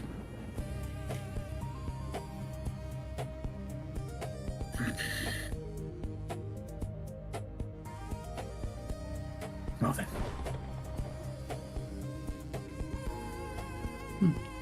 Would you I want like to my try to find their aid in... heartbeat. Would you like my help? Come along. So what are you trying to do? I'm gonna try and dig around the actual crystal to see if we can find a heartbeat. Yeah, Sure. And I'm gonna cast guidance on Marble. So what do you mean dig around? What are you trying to do, Marble? So there's like the crystal sort of around the corpse, and we're trying to see if we can find like a central part of it that, even if it's just a crystallized like form of a heartbeat, try to find that little like... That'd be the very center of their person, which is kind of encased in a sort of crystal.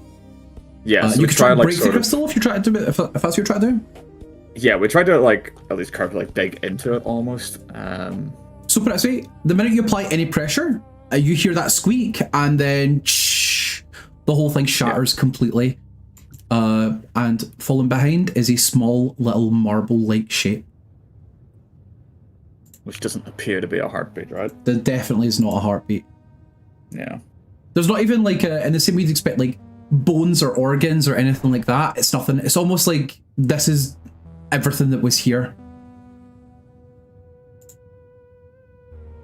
Yeah, they'll pick up the marble anyway and say, This might think on it might mean nothing. It could be cerulean, or it could be like John Berry Town Hall here. Something that's just here because it's here. It seems memory haunts this place. Marble, if you'd like, you could roll me an Arcana check on this object as you hold it in your hand and inspect it. yeah, sure. It's skill check. You have guidance. I have guidance. For the believers! For the believers! Your guidance sucks. Okay, for believing. You get the impression that for you! this item is definitely magical in nature, but you have absolutely no clue what it is, where it goes, what it does. If you can use it, you're really not certain. It does feel like you could break it if you put a little bit of pressure on it, but it is quite, it's a little bit denser than the crystals that just fall apart whenever you put any pressure on them. But it does feel a little bit fragile. Has the other three from the three corpses I looted before on them. Yeah, and total you guys should have 6 of them right now. Yeah. I'm gonna open one of the other three, like pull it out and put that one like separate. And I'm gonna try and break it. Okay. Marble. What I would like you to do, give me a second. What I would like you to do, first of all, as you break this, you hear it sort of a very gentle crack and then a breakage, and you look into your hand and you watch as the blue glitter that was inside of it slowly begins to sink into your hand and disappear out of sight. What I want you to do just now is tell me, not necessarily, you don't say this in character, but this is something you experience. I want you to tell me about a moment of loss that you experienced in your life. Whether that is the loss of a friend, a family member, a loved one, an object, an item, an identity, or just a moment that was significant to you that you have thus mourned over. The biggest one is probably when they left Little Lightwick. It was probably when Platinum essentially shoved them out the door. So it's tell me probably about that the biggest, moment. moment of loss. Tell me what happened and how they felt in that moment. It's probably this resounding, like, initial happiness and then massive, like, fear as more information comes to them, and then just this profound feeling of loss as they made their journey here. And as you mull over that feeling that seems to just take you the moment you break this thing, roll 2d4.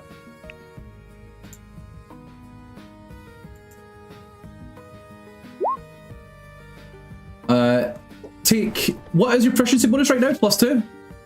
2. You get 9 temporary hit points.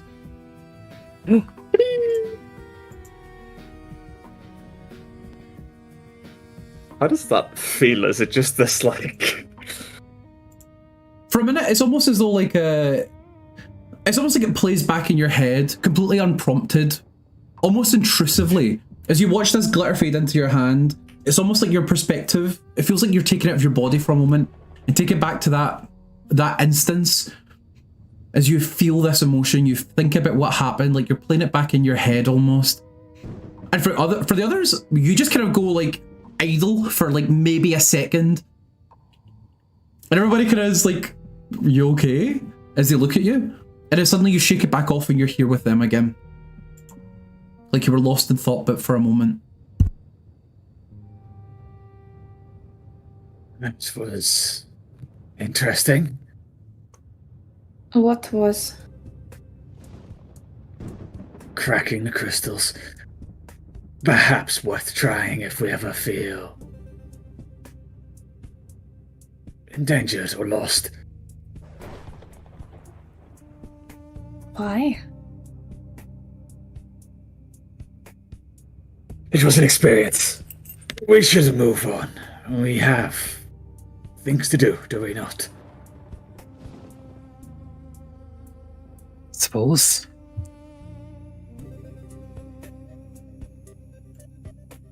So, do you do anything with the rest of these bodies, or are you leaving them where they are?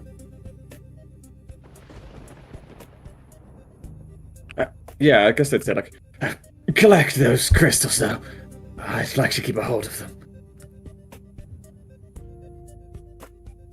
And they'll begin, like, walking off to grab one if...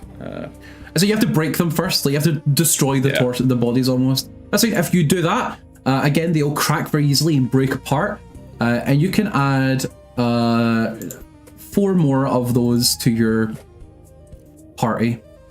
What I'm going to do, because we're now at a point where you guys kind of know what these things are and what they do, I would like, for however the total many of them are, could you add, how many is it you should have just now? I don't know how to do math. 9? 9. 100. Okay, 9.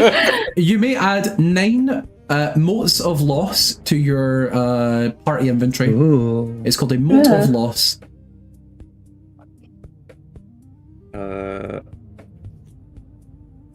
I'm not able to for whatever reason. Okay, that's really... No, I can. For Never some mind. reason. Weird. That's very odd. Yeah, it should be in the party inventory now. Nope, I've added it to my inventory. I think you can move things from your inventory to the party inventory. Yeah. Howdy. They are. I'm gonna write 8 and keep the one that's possibly cerulean blue separate. Okay, that's fine. You can just keep that on your person. Also, I believe it won't let me add a quantity of these items, so I'm just going to create a separate item that is the quantity. Sure. I think it's because they are like single-use items. Yeah, it's weird. Anyway, so you collect the rest of them, and then what is your move? Shall we move north towards this lightning? Oh, well, I suppose there's nowhere else to go. Well, it stands to reason that the origin of the lightning is just as curious as the destination. But once again, I am happy to follow, so long as it takes us away from this rather dreary place. Indeed. No time to waste then. So, with the new goal in mind, following the lightning storm and its direction, M.O.C.H.A, using your compass as well, it always points to where the nearest lightning strike is incoming, but they always definitely come from the north. As you get closer and closer to it, like, because initially it would have been like almost spread around you for wherever it was streaking from, whereas closer and closer you get to wherever this is, it just sort of like jitters back to this, like back and north, or in like northwest or northeast, closer and closer every single time, until off in the far distance, all of you can see something odd. Something that doesn't quite, it's not quite like a crystal like the same as the rest of these. And you see something that's off in the far distance.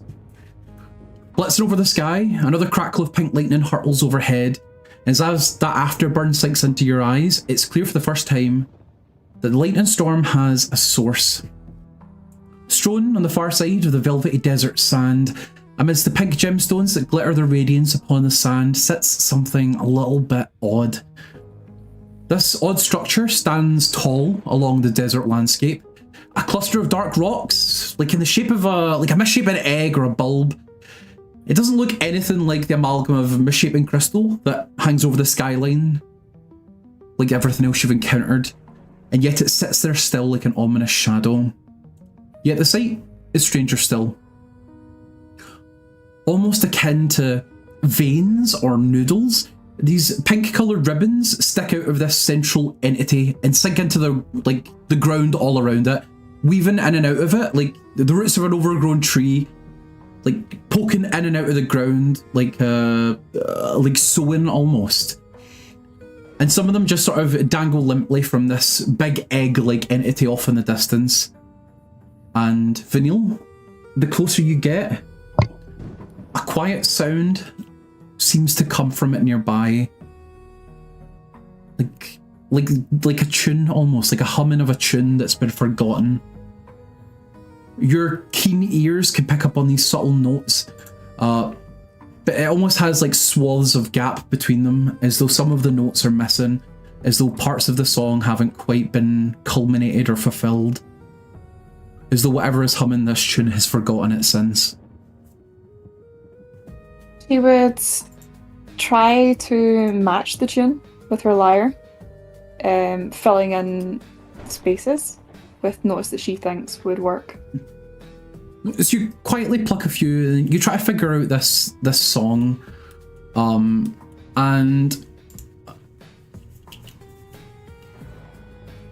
sure, roll me a performance. Great. Not proficient in that one, by the way. Fun fact.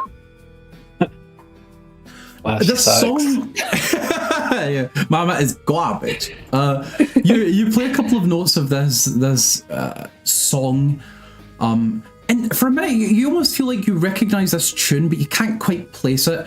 It sounds almost folksy, like a folk song, and you just can't quite get the notes. It's just not coming together in quite the same way as you would expect it to, as all of you sort of gear yourselves closer and closer towards this big, like, turn that racket off, this big egg shape in the distance. That would like visibly frustrate her. You know, Vanille came here for inspiration, but maybe inspiration isn't the problem. Oh, wow, okay. Okay, I know who's Shots fired. Out of character, I'm allowed to say what I think. Shots fired. But as each of you watch upon this, suddenly a shake through the ground, a rumble, and the egg sort of jitters ever so slightly, almost as if in response to the tune that you are playing, Vanille. Almost as though this song has awakened something from its slumber. And all of you watch as a big crack forms up the center of this egg and it splits. And we're going to take a break.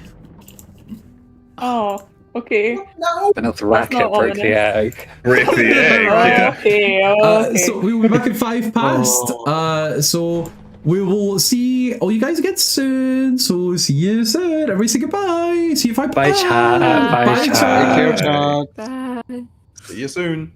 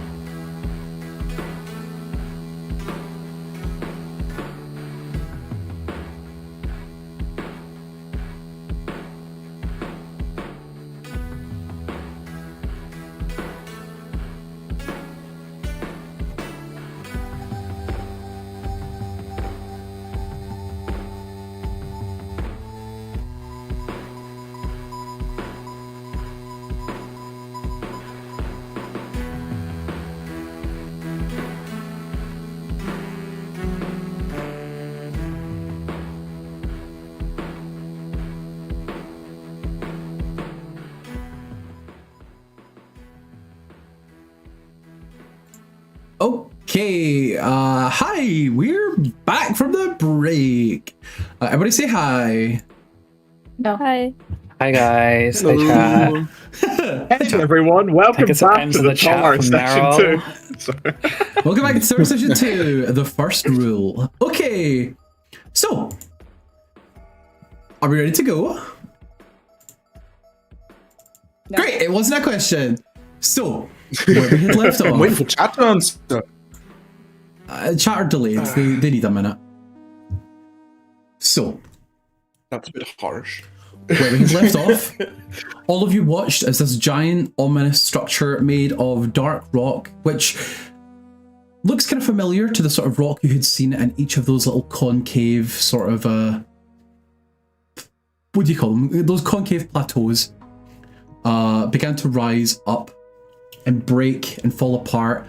And suddenly, as each of you look on, you see a sort of, it almost looks like a bouquet of flowers sort of rattle themselves as the rock falls everywhere, land into the ground with a heavy slam as something gigantic takes up the skyline. Something a little bit ominous and a little bit too big to be believed.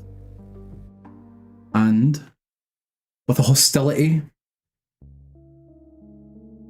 as you look upon this giant frame, Uh-oh. I would like everybody to roll me initiative.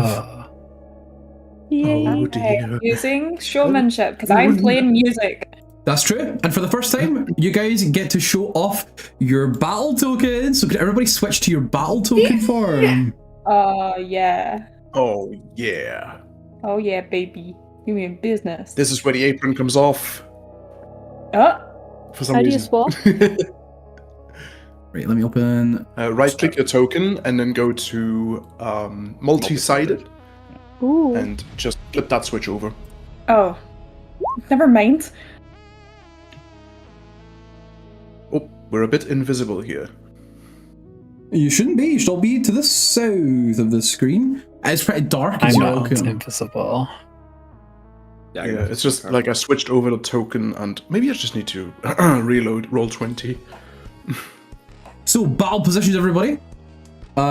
Just remember, whenever you roll initiative, click on your token first. Some of you haven't, so I'm going to add you manually, and I would like you to put in your numbers for me. Oh no! This is all too much. But you got pie. Oh. I also rolled a 1. That's pretty cool. So, Do I do my thing now or after? you do your thing right now. It's when you roll initiative. So as Dawn gets ready for battle, she malfunctions, and Already. let's see what sound ideal. happens. That doesn't sound ideal! Dawn He's got all them died. tubes out. Go put them tubes away. All that Mickey juice goes flying everywhere. I'm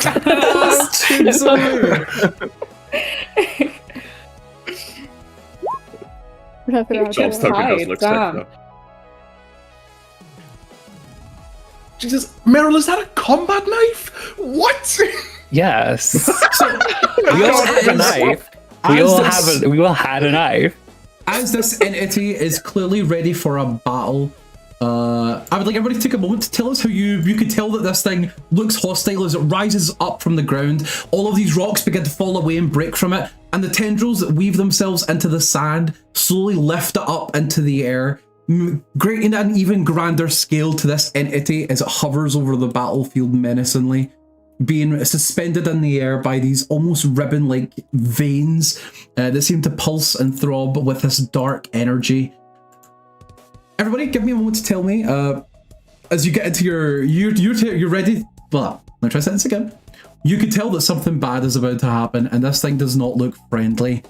So tell me what it's like for all of you getting into your battle positions. And Dawn, when it gets to you, yeah, let's do initiative in order. And Dawn, tell us your malfunction. So Dawn's malfunction is karma.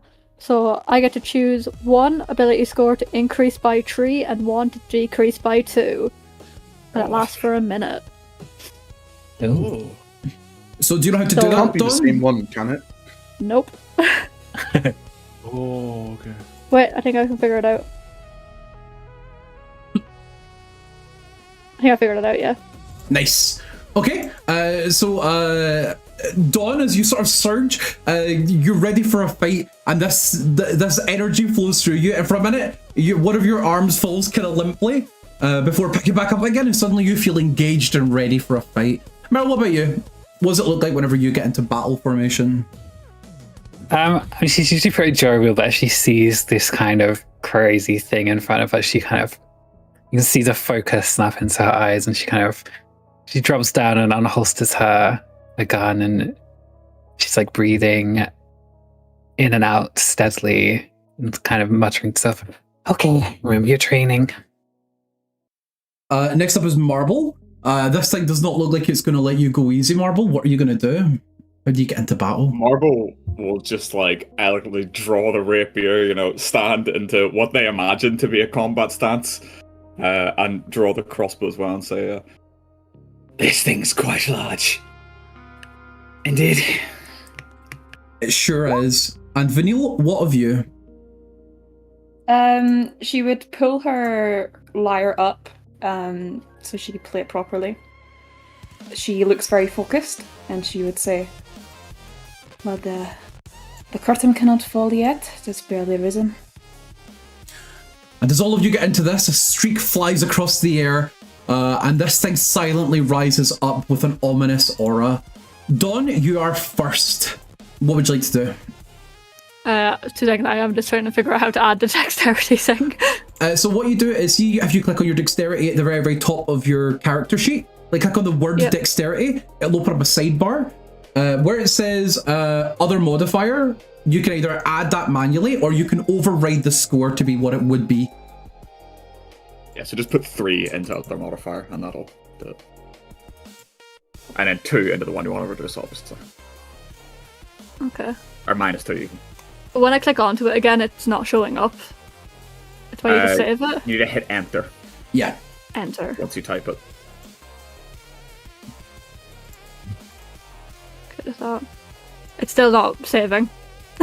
What I'll do is I'll do it for you manually, right? And then we can figure it out for next and just refresh your I'll sheet. show you how to, yeah. I'll So show you how to you're do it. increasing your dex by 3, is that correct? Yeah, and my charisma. My charisma is going to go down by 2. Okay, right, I'm going to Who needs override it. charisma? So your new Me. dexterity is 19, and your new charisma is Reduced by 2, so it's 8. Okay. But I will. So imagine you draw your whip, and how do you utilize that? So Dawn's hand kind of glows, and a massive whip of one of her tubes comes flying out of her hands. And am I close enough? No, this here is the square you need to be in to... I mean, wait, you've got range, don't you? Yep. I have 10-foot range, so I'm just shy.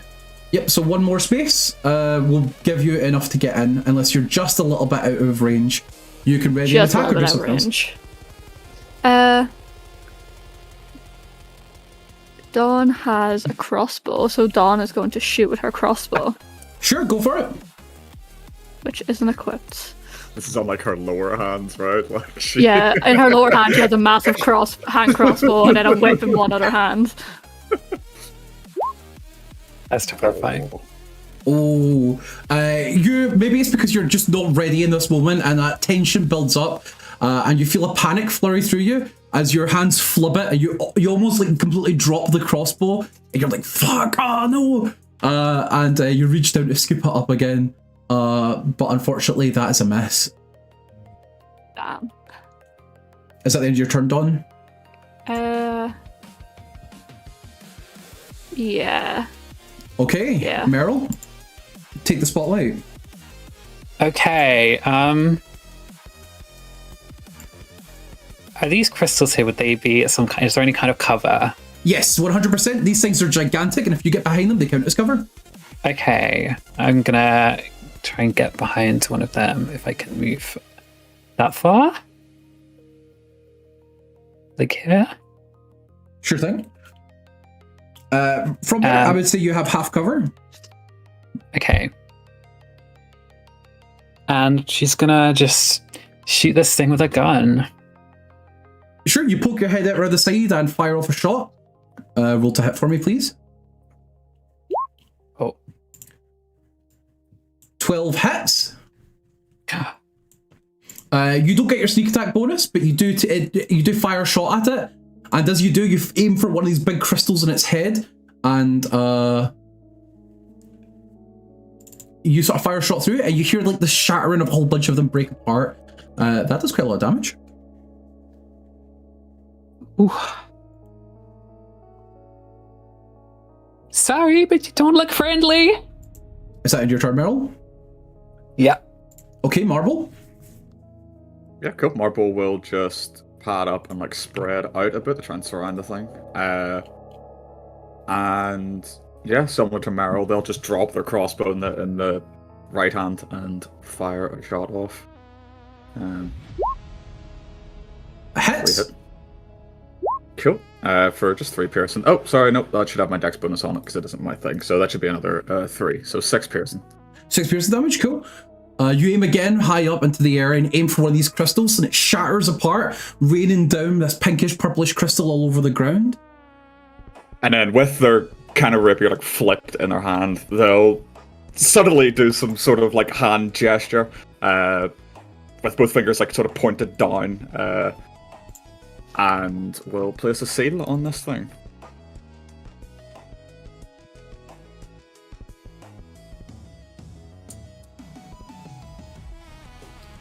Place that's a not even a bonus seal. action. That's crazy. Yeah, place a seal. I'm gonna say fire.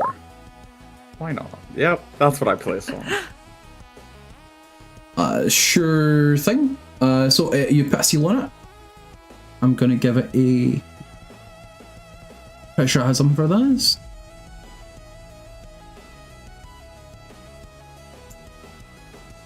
Guess not. Okay. I'm gonna put a... There is one of these, wasn't there? Yeah, okay. It's got one seal placed upon it.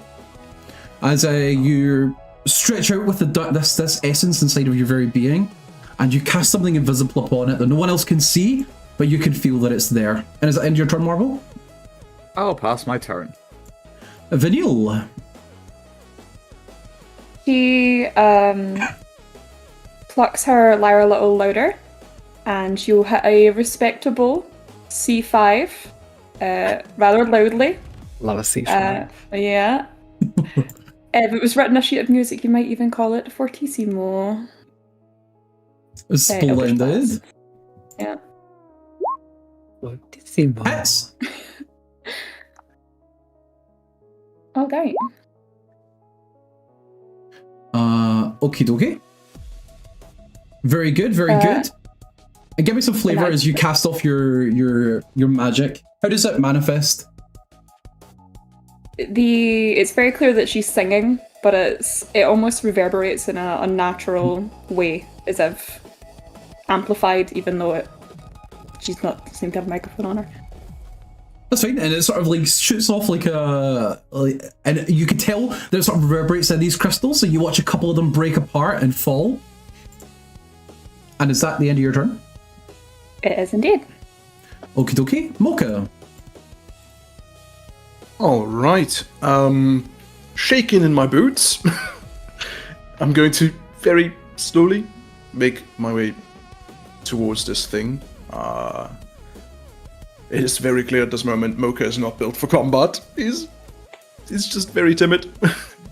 But seeing his friends charge forward, he knows he has to do something.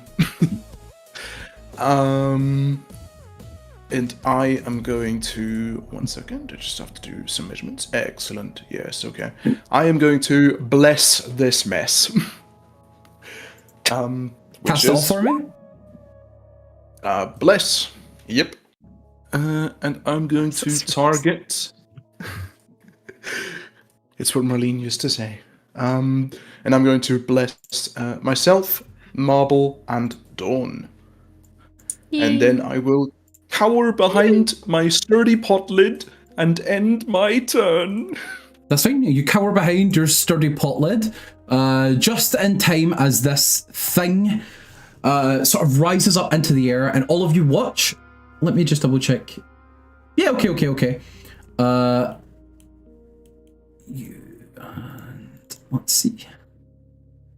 Okay. You watch as like one of these tendrils that are in the ground begin to weave in and out really, really quickly, coming off in a line almost. And you watch as another one of them digs through the ground, almost like a worm, almost even like a dolphin as it jumps up and down through the ground. And all of a sudden, Vanille and M.O.C.H.A, both of you feel this thing sort of shoot through the ground and almost like zap you.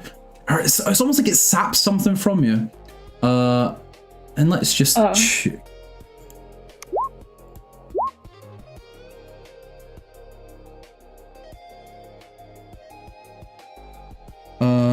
So double checks of them. Yeah, okay. So a natural 1 as it tries to hit M.O.C.H.A, and a 14 to hit Vanille. Meets it, beats it. Oh, that's not great. So this sort of zap of energy. On 1 second. 14. I'm gonna throw my shield. Sure I'm going to. thing. Oh wait, sorry. Is that within range? No, it's not. I don't think it is. It's 15 foot. Apologies. And Vanille, can you guys see these rolls by the way? Just want to make sure. No. No rolls. Okay. I think chat can see it. I think chat can see it, which isn't my intent. I'll fix that for next session.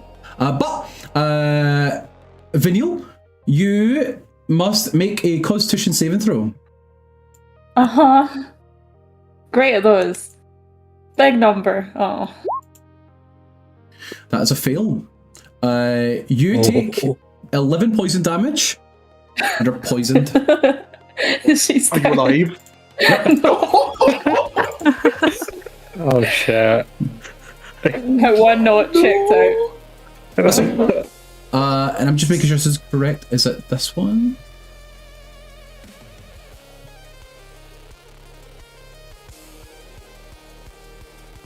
Yeah, okay. So Vanille, you're knocked unconscious as this sort of sap of energy flourishes its way through you.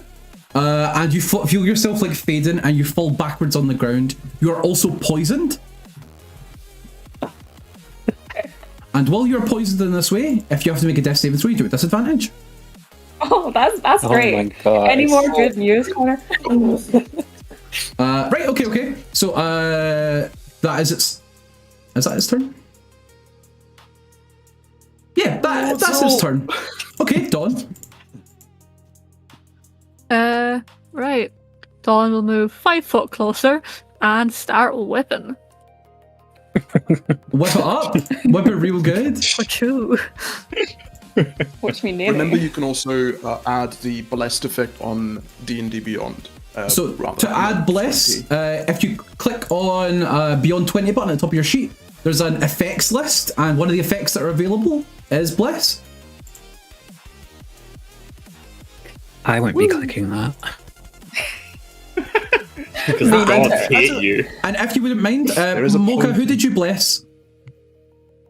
I blessed Dawn, Marble, and myself. Okay, Dawn, see if you click on your token as well. There should be a list of token Yeah. markers you can apply. One of them is Bless, and if you need to search for it, there is a search function. Dawn has been blessed. These totem markers are, of course, Bless custom you. made. They are, of course, custom made. Do a little zoom in, so ooh, fancy. Oh. Behold! Wow. Who made them? Hashtag blessed. Who do you think made them? I'll let you take a really long guess at that. Taboyahi. The joke is true. Absolutely not. Question. It was Tristan. It was terrible, yeah. No, it absolutely was not. It was me. It was me. I can't let him take credit for me. So, Dawn, that hits. Roll your damage for me, please. Well, it is. That's a sick name. Uh, God. Dawn, as you slash at it with your poison damage, you realise it takes absolutely none. As you slap at it and slash at it, you realise this thing seems to be completely immune to your damage. It doesn't even slightly respond to it. Damn. The slashing portion of it, though, right? There isn't poison. any slashing. It's all poison. It's all poison. Oh, it's a complete. Oh, It's a custom weapon, yeah. Is that the end You of your think turn, Kelly Dawn? be using a normal whip? No, I mean, I thought the whip part was still a whip. It's just, oh no, oh no. Is that the end of your turn, Dawn? Yes. Okay. Meryl, it's your turn. Oh god. Ro, like, she just looks at Vanille, like, completely being taken out. She looks forward at Dawn, just like flailing a whip at this thing, doing nothing, and she's like, she was feeling confident, now she's feeling panicked, but she readies her gun and takes another shot at the thing. Okay, go for it. Okay, ready, aim, and fire. That hits. You fire off another shot, your gun rattling into the air as an explosion of a gunshot is fired off. And you hit one of the crystals and you do a bit of damage. Do I get sneak attack this time? Surely you steady aim. No. I To don't get have sneak that attack, yet. to get sneak attack, you have to have an ally within 5 feet or have advantage on the roll. It's done, not 5 feet. No, she's 10 feet away because her weapon has 10 feet range. Thanks, Dawn. Thanks a lot. Okay, that's my turn. Okay, Marble. Chef should secure the human. and they'll I run forward. am on it. And we will begin attacking. So I make track of all my tabs. Yep. First they'll. Oh, it's not a. For some reason I thought. Yeah, of course you have a short sword. To pull a small short sword and begin. An 11. 11 hits. 11. Yay! Cool. For 7 piercing as I just thrust it into this thing. Doing like a duelist lunge. And then I'll place another seal. So I've got 2 on it now. And it'll be slightly at disadvantage, but we'll fire this hand crossbow point blank into this thing. For 14 14. is a hit. Bless For saves 2 today. piercing. For 2 piercing. As they just thrust forward with the studded sword and then pulling back, fire off a crossbow shot. I think so. As you land a hit with your what do you call it? your sword, you slash into one of these tendrils, and it does seem to react. It sort of reels itself back a little bit further away from you. And this thing is looking pretty healthy, I imagine. I don't know if I could tell that. A lot of the crystals look to be broken, but you're definitely making some serious headway on it. Yeah. All right. I'll hand over my turn because that's everything. Okay. Right, that means it is Vanille. Death saving throw with disadvantage, please. Can do. Double 20. Come on. It's not that hard. It'd be crazy. 1 in Oh, 400. I don't need to roll it twice. Well, I'll remove whichever No, one. I don't think you yeah, do need to roll it that's Okay, definitely a That fail. is one fail. Hey, it's not a nat one. It could be. Just barely. It could could be, be. and It it very well wasn't, could be. so you're fine. And Vanille, as part of being poisoned, with this creature, you take an extra 1 poison damage at the end of your turn, which gives you another failure. Oh, great! That's my favorite. Could I have more of that, please? Yeah, sure. I take another fun and die. No, no. The realization of, like, if you rolled an nat 1 there, you would be dead. Yeah. Yeah. Good luck, everybody else. Okie dokie. Right, M.O.C.H.A. So I'm gonna attack. How dare you? Oh no. Well, I'm going to cast Service with a Smile. Which is, of course, Healing Word. Great. Remember all the good 1, times. 2. This will be the first one to remember. But yes, I am casting that on Vanille, of course. So Vanille, you're back up again, but on the floor with 5 health. I also just realized I need to add myself a little concentration counter for my that's blessed. which more is than ticked half down. of my max hit points. Yeah.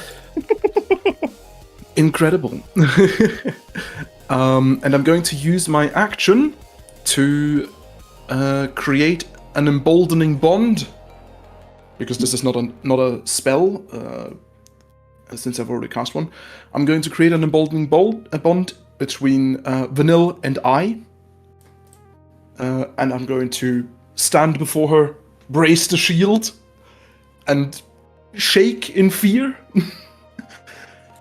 So, same as before, I'm just going to throw it up again because it is a very specific thing. Vanille, once per turn, you may take a d4 to an ability check, saving throw, or attack roll for the next 10 minutes while we are within 30 feet of each other. Okay. And that is During my my turn turn. only, or turn in general? It says once per turn. Yeah, so once per it turn doesn't- will be, you can use it in your turn, and if you get attacked 7 times over the next turn, you'd be able to use it every single time. I see. Yeah, it's basically like a reaction, but you don't use your reaction for it. So got of course, it, like yeah. if you're forced to make a saving throw, which would more likely to not happen outside of your actual turn, you can use it then. Got ya. And yeah, that's my turn. Okay. As I position myself defensively in front of Vanille. So you position yourself defensively in front of Vanille, and let me just double check something. I don't like that. No. So it should look like this. Don't worry, that's good for you, I'm sure. You're next. Okay, maybe I See have with to do that this. ruler. I don't like this. I don't like I don't like that ruler. I do not like that ruler. Don't you dare with that ruler. I like that second ruler. So that second ruler is science. Because you'll watch as all of the crystals on top of this thing's sort of head bouquet begin to glow as though they're charging up. You watch the storm overhead, strikes it with lightning almost, and it begins to charge up. And suddenly, a beam comes flourishing out of it. And I need both M.O.C.H.A and Vanille to roll me Constitution saving throws. Vanille, is your poison, dear. you do it with disadvantage. Okay. Con saving Well, throw. nice knowing y'all. Oh my god. You had a D4 on it, but I don't think that's gonna help. Oh my god! Oh my god. I'm with you. Oh my god. Okay. Yeah. 7. I'm not even going to roll mine because a 1 is a 1. It's already in there, so don't roll it. Oh god. Oh wait, actually, can I do it like this? No. Oh, I can. Okay, this also hits Dawn. What? So you gave her laughing. Dawn, please also roll my Constitution saving throw. God damn it. Somebody succeed. Yeah. That's fine. Dawn, you only get half bad, right? Okay. I hate Dawn. Okay, great. Right. Poison, So bitch. M.O.C.H.A and Vanille, both of you take 9 poison damage. And I'm resistant to this. and become poisoned, or half as much as a successful save. So Dawn, you take 5 poison damage, and this creature gets some temporary hit points. I'm resistant to Oh poison my damage. God. What does that mean I take? It means you take You're half as quarter. much. So half of 5 is 3. And then half because you succeeded, so 2. No, the 5 is already that. Oh, the 5's already halved? Oh. Yeah. We are still blessed. We are still blessed. I just Get saved knocked it. down. Get knocked down again. You're gonna keep knocking me down. M.O.C.H.A, can you become poisoned? I don't think you can, right? Because you're a mecha. I was looking at this mecha where they don't have poison immunity, but fairies do. They're different things. You might just be resistant to poison damage, but if you're not, then you have to re-roll that with disadvantage. Because you're It poisoned. says you have advantage. Actually, it says you have advantage on saving throws against being poisoned and are resistant to poison damage. So do I have an advantage on the save, actually? I'd say because being poisoned is part of this, it's not just poison damage. I would say yeah, sure. Cool. I'm gonna roll another con save then, and hope for the best. Okay, you're poisoned. You know what? I was going to say I was going to say on an 11, I would actually slap my D4 on from my emboldening bond, if that's okay. Sure thing, go for it. Let's see. 12. Meets beats. You're fine. You still take damage though. Take 5, yeah. But half of it, right? Yeah. And that's this creature's 9 turn. half. Dawn, it's back to you. Fuck that creature. Dawn, I hate this panicking, creature. realizing that her main weapon does not work, will shoot her crossbow again. Hits. Fire off a blast, and the sort of health that seems to recuperate, some of the crystals begin to regrow. You chip off a bit more of that damage, and it hurts. Again, this thing is completely silent, but you watch as crystals tumble off the sides and rattle into the sort of abyss below on this sort of bed of more of these crystals. Is that end of your turn, Dawn? Dawn is going to strategically move back.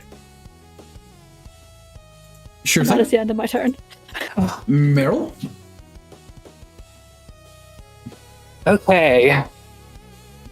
Mel's gonna say hi, Dawn, and then he just keeps blasting.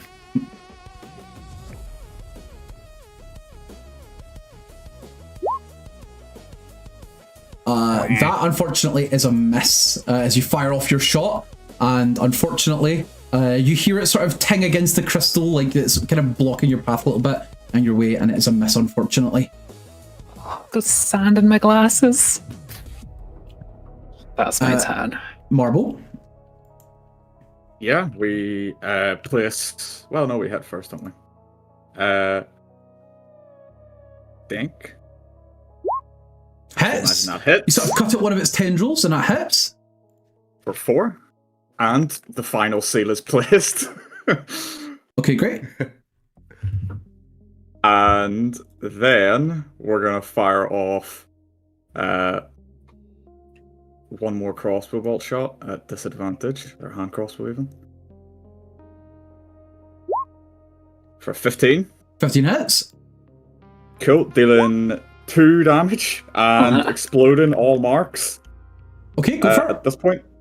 For another 3d6, which is almost max, which is 17. Oh my god. So, Marble, as all of these explode, you watch as all the crystals on top of this thing explode in tow, and suddenly it begins to collapse, falling downwards, and all of you watch as this massive wave begins to pour out from this thing.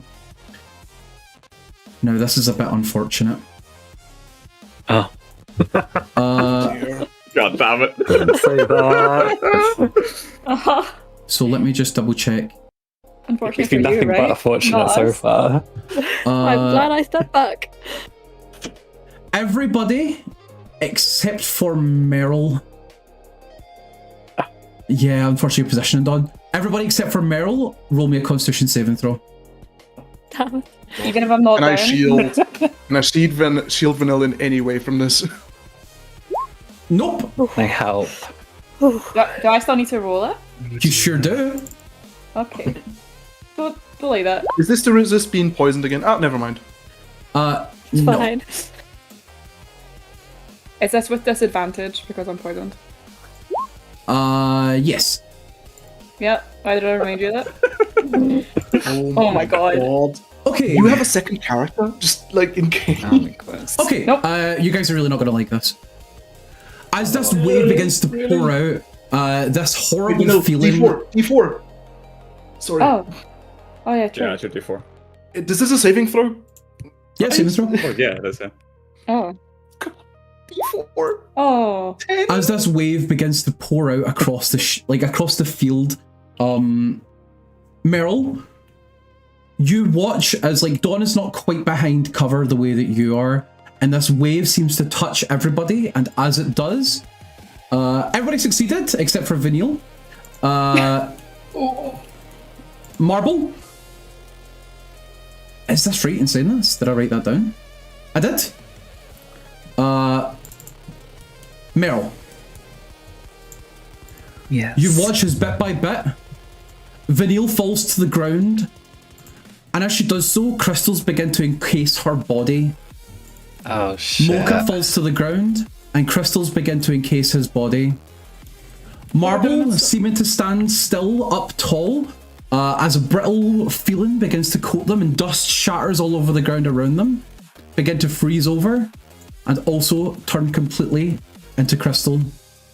Dawn, you stand there just slightly out of the cover, and this wave passes over you, and you fall backwards, knocked against this big crystal here, as this crystal wave slowly peels out and begins to cover each and every one of you. What are your last thoughts as you die? Let's start with Vanille first, eh?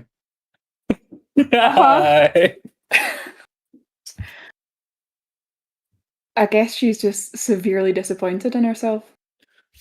But she should have known this. She was never good enough. And she was right. M.O.C.H.A, She should have stayed home. what are your final thoughts as you are certain that you are dead? I could have done so much more. Could I? Could you? You watch as your vision fades, and you die. Marble, what should have been able to protect you isn't quite enough, and the crystal form begins to take over you, and you feel your heartbeat slowing down to a sudden stop. What are your last thoughts as you die? Marvel doesn't accept that they can ever die. They're meant to live forever, and they just defeated this huge thing. Marvel feels euphoria as they're So sure they will pull reveling in through. victory. Dawn, what are your last thoughts as you're blown backwards and you feel every part of you go limp and you die? She failed. She has failed every single one of the tasks she's been given in her short life, and she'll never get to live up to the promise she made to someone, to that one special person to her. Meryl, the only person who managed to avoid this wave of death that pours from this thing, you watch as it crumbles downwards and all of your friends fall where they are, if they're even your friends, really. this thing falls apart, and as it crumbles and crumbles down, something much smaller lays in its stead. Something that is coming towards you very, very quickly. Oh my god. What the fuck is that? This thing, vaguely humanoid form, on the ground, crawls towards you with intense speed. You can see that its arms, like noodles, like limbs, stretch across the sand and pull it much further than it looks it can go. And it gets close to you. It's your turn. Oh my god. Meryl's like shell-shocked at this fucking situation, but she sees that thing coming and she's gonna start blasting. Just imagine the gunshots, you know? Yeah. Roll to hit. Yeah. That hits, Hell yeah. but it's not enough. Yeah. Is that the end of your turn?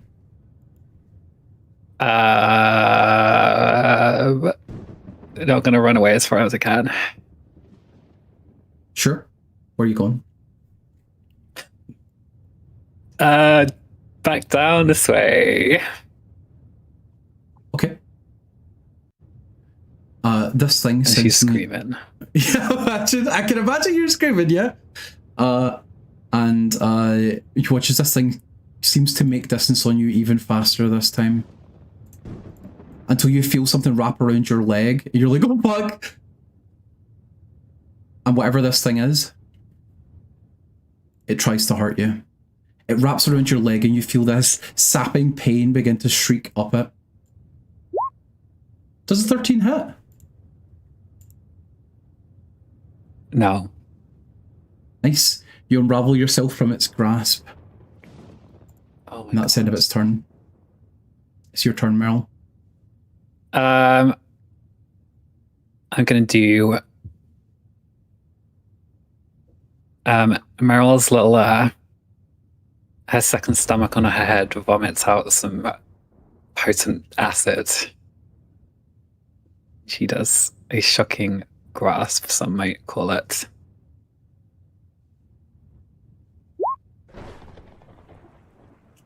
That hits. Bam. Oh. But it's not that much.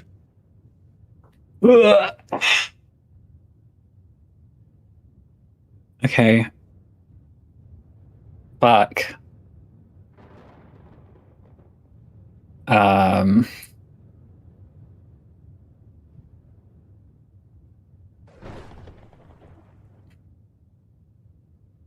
I guess she's just gonna keep trying to run away. Sure. Whenever She's you leave this freaking radius, out. it gets an opportunity attack. Wait, but doesn't shocking grasp stop that? Does it? Maybe you're right. They can't take reactions. Oh, nice. Okay, okay. It does. Then sure, it absolutely does. Mm-mm-mm. But it will catch up to you once more. Yeah, I An extra bet. second of life.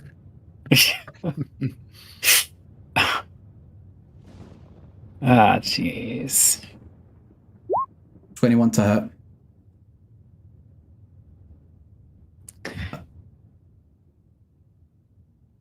Yeah. That hits. Okay. Take 17 poison damage. As this thing reaches out and touches you, you feel this need coming from within it. It just wants to feel you. Ew. Get the fuck off me. Your last words, get the fuck off me. As this thing touches you, and you feel yourself enraptured by this pain, this sickly kind of feeling builds in your stomach. You feel like you're going to be sick, but yeah, nothing happens. And suddenly you feel your hands and your body shaking. You watch as the crystals that you've seen everywhere else encase you, and everything goes black.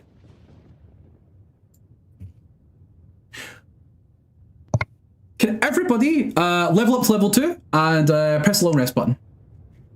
What? Can I what? What happens when you die, guys? Just do it. Yeah. Not gonna question. Dying is the ultimate experience point. Meryl? Do you just have to level up on the anvil thing? If you click it, you have to edit your character, go to manage character and levels, and then, yeah, the anvil. Right, the anvil's right, the yeah, icon, yeah. you're right.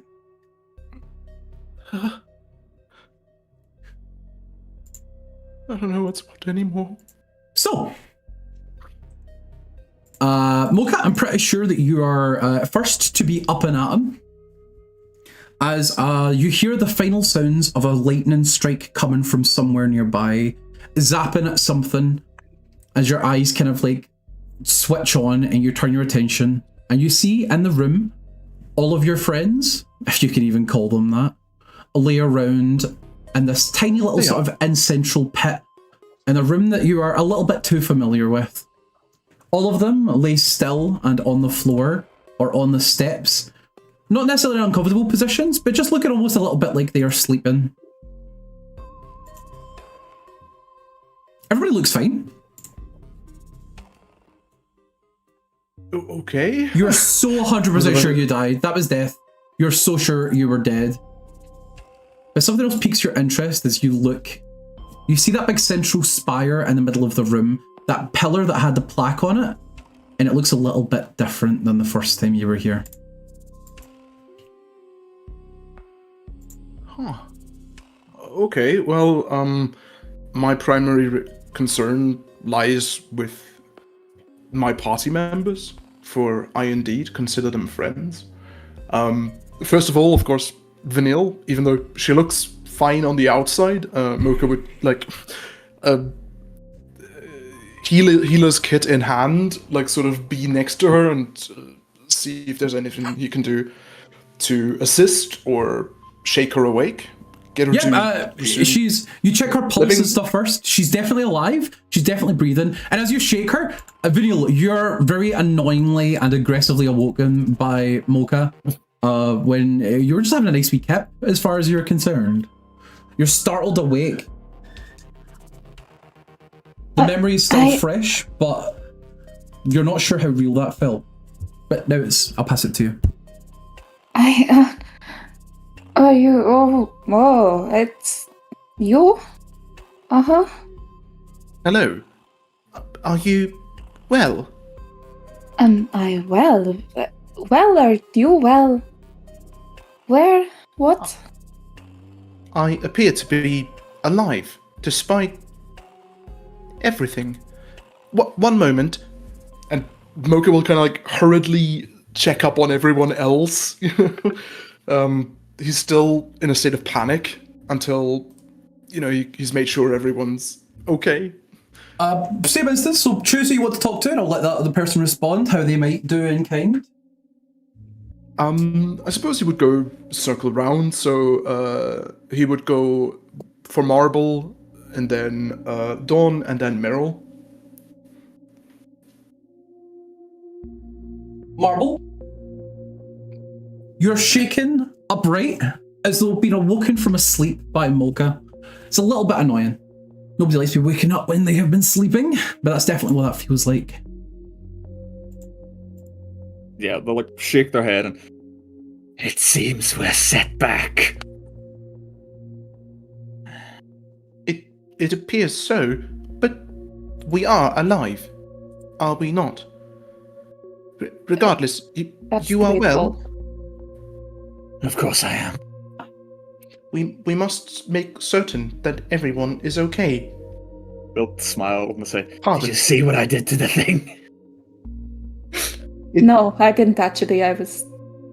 Yes. Not in the Perhaps best you should work on position. that. Rude. I was so worried. Worried.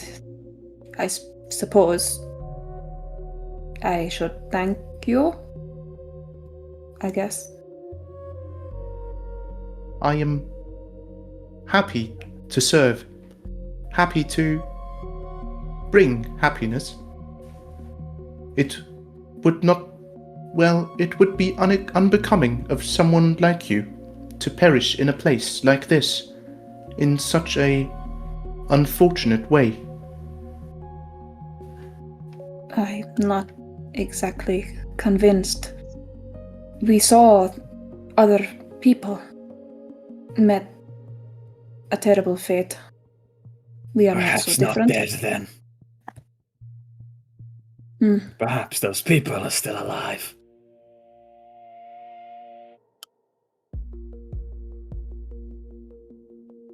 Mark Next will also up- try and wake Meryl. That's fine. So next one up is Dawn's Dawn. awakened. What the hell was that? We're alive? I cannot be certain, but it is good to see that you appear fully intact. As Are you in intact as I need of usually am. repairs? I think all my bits are hanging on together. Are the less durable ones okay? They appear to be conscious and unharmed. Even the ones who were not so fortunate in the encounter. I am very fortunate that my creator built me in quite a sturdy matter.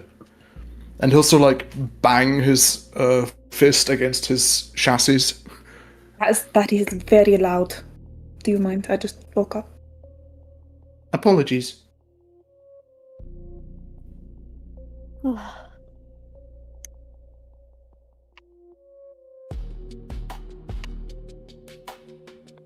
Mark will try to shape awake Meryl.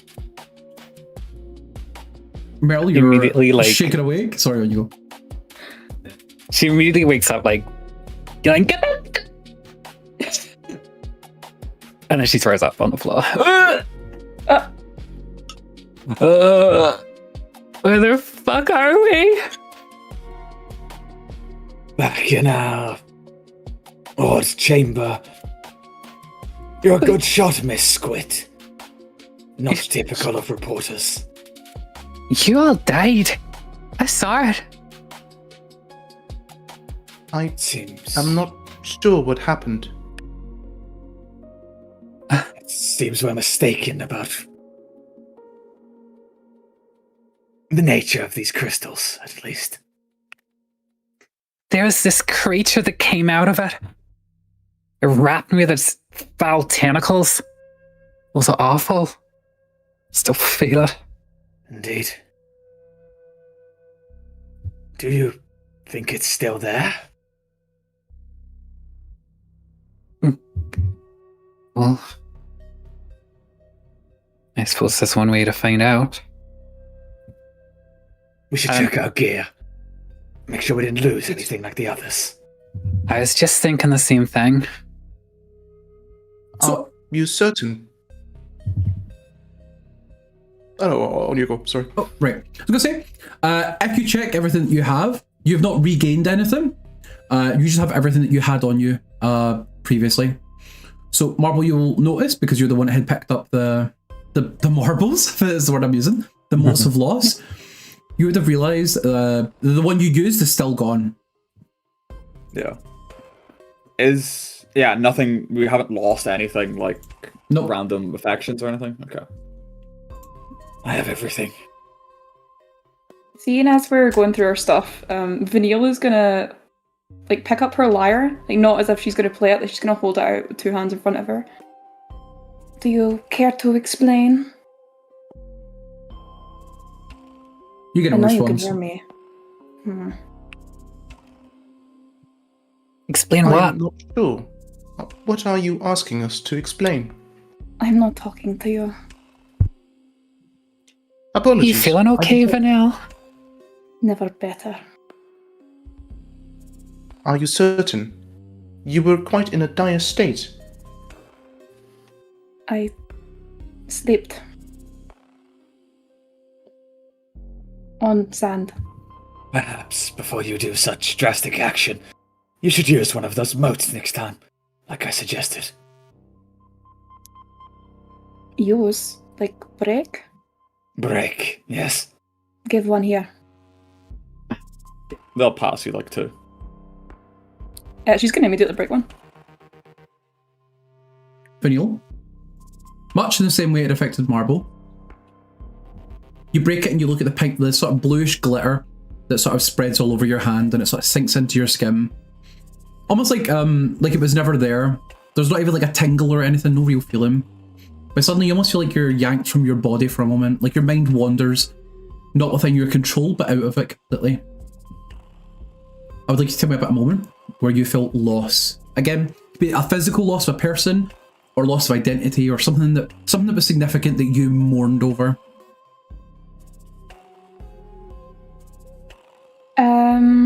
She would think back to when she was in the store, back at home. And she recalls the worrying feeling that she got when she realised her regular customer and friend didn't show up at her usual time.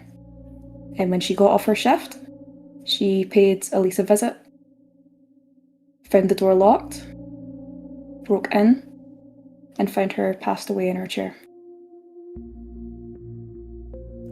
A loss of the kind that you had never quite experienced before. A death of someone who really mattered and made a change in your life and your identity.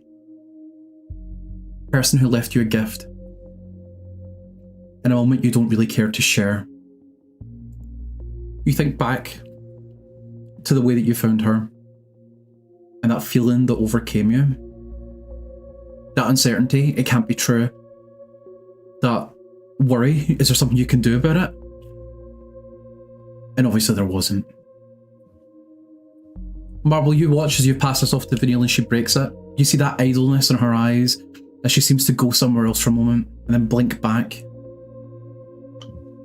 You know what that's like, but no one else does. Yeah, they'll smile. It's an interesting feeling. You knew it was going to do that. Of course. Could have warned me. What does it matter? It isn't harmful. Perhaps to you. Do what exactly? It Okay. evokes emotion. It's horrible. Only if you hold on to those feelings.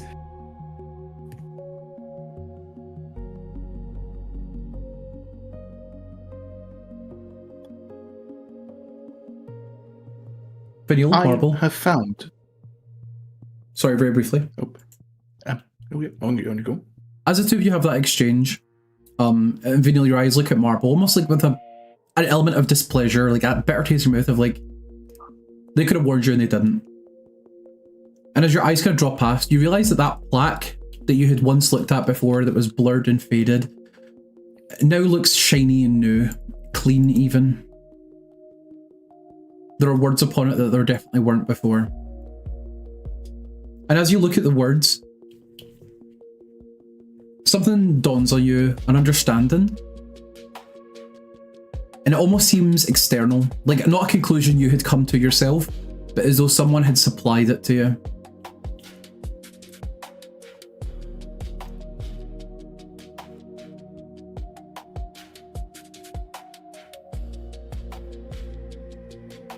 What does it say? Let's have a look, shall we?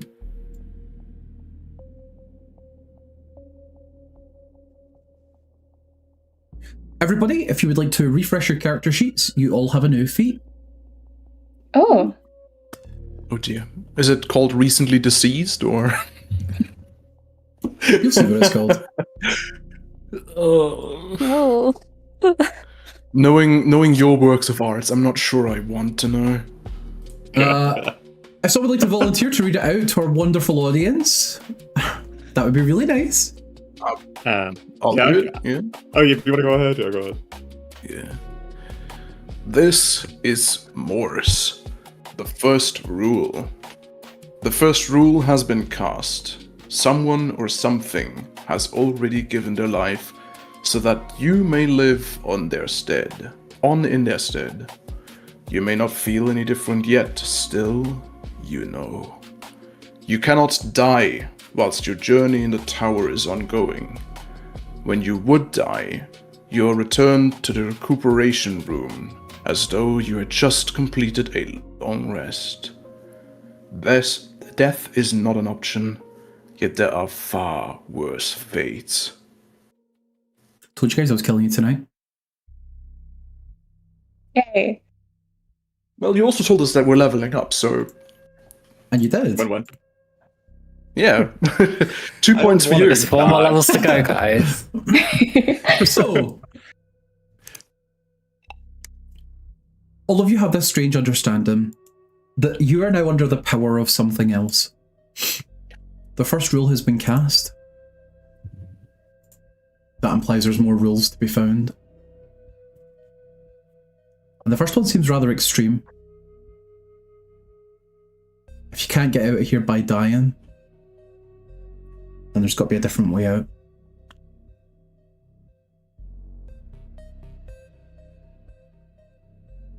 Seeing this, Marble will take the time to listen. Is the storm still raging below? Yes. Okay. You get the impression? You're almost going right back where you started. This is certainly auspicious.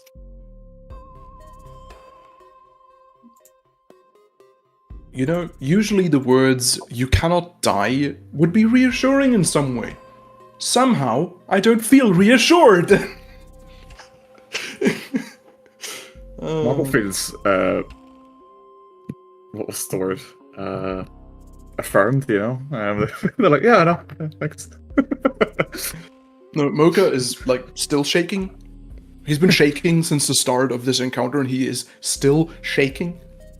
He looks like he needs a hug, honestly. Like, he's not built for combat. Like I said, Miss Squid is quite the shot. The rest of you could have used a little work. Excuse you, I hit that note perfectly. I'm sure your singing made that thing feel so much worse. I hate you. It was immune to my whip. I couldn't do much. Then take it as Guys, a we know weapon. what you were doing. You were handed a dagger and a pistol. Use it. And I did. You weren't the only one chipping Crystal. I don't think I am capable of doing much harm. It's not part of what I am made to do. But You were plenty of use to me, if that means anything. I was only trying to help.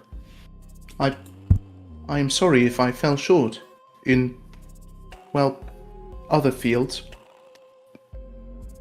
It looks like we all felt short. Well, at least you've learned the importance of finding cover. Didn't help you. Well, it might have been okay if the rest of you hadn't turned in a crystal. I agree with that. If this other thing came, perhaps together we could have defeated it. Maybe it's still there, we can finish it off. I agree. You Was want to this go thing- through that again? Well, we can't die. What's the worst that could happen? That again and again. I want some payback. I feel invigorated, personally, Vanille. That Another thing? was the worst. Oh. That was the worst thing I've ever experienced. How could you possibly want to go back? I'm sorry, you got something better to do? Exactly. There I- are answers here, and this is your duty, M.O.C.H.A. I find this very overwhelming. But the worst part is that I cannot disagree. Don't have to be happy about it. Like you. I just hope that we will get off as easy when things turn for the worst. The warning seems clear. What if we meet an enemy that is not set out to kill us, but do something else entirely? I am not sure I can keep everyone safe. Though I promise you, I will try. How are you feeling, Oddity? I mean, this has answered a lot of questions for me. And I'm excited to see what's beyond the door. If it's more sand or something else. But I am sick of seeing crystals. I am sick of seeing crystals. I am sick of seeing crystals. Was this thing organic in any way, Miss Squid?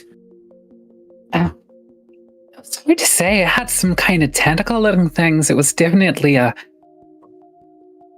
wasn't all crystal. It looked kind of like a little person version of the creature, if you can visualize such a thing. Interesting. I would rather not. Well then, are we on the hunt then? I certainly am. I suppose, in the grand scheme of things, it is better to be the hunter than the hunted. I will do my best to assist you. Good. So, If we must.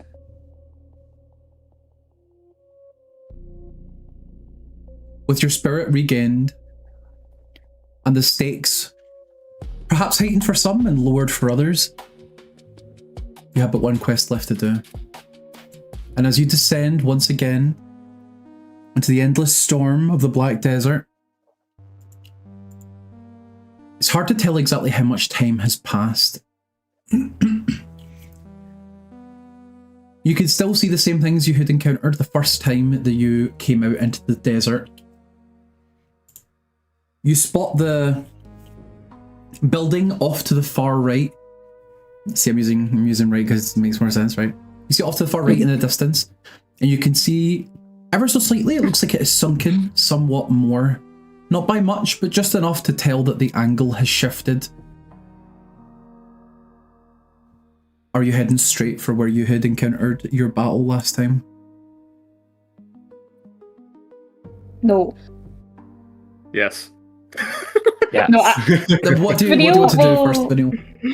she'll definitely like follow everyone, but she wants to kick back, like tail them. Okay. I feel know what you want to do. Mm-hmm. So, as all of you stride on, the video keeps just like a little bit of pace, just a little bit behind the rest of you. And it is quite a ways off to actually get to where you have to go. It took you guys just about an hour to get there before, but at least you know where you're going. And as you look down upon the sand as you walk, you can even see the remnants of your footsteps from the first time. It looks to some extent as though they have covered ever so slightly, but it's still clear that you walked this path. You're literally walking in the steps that you had taken before, and something about that feeling is ominous in its own way. Now, as you all trudge along, Vanille, keeping slightly to the back and a little out of earshot, what do you intend on doing? She'll momentarily stop playing the lyre to hold it again in front of her. Are you still afraid of an audience? Well, dare I say, girl, I'm not particularly fond of your associates. I don't disagree, but this is the hand we have been dealt. Unfortunately. And what an intriguing hand you have been dealt. a rule.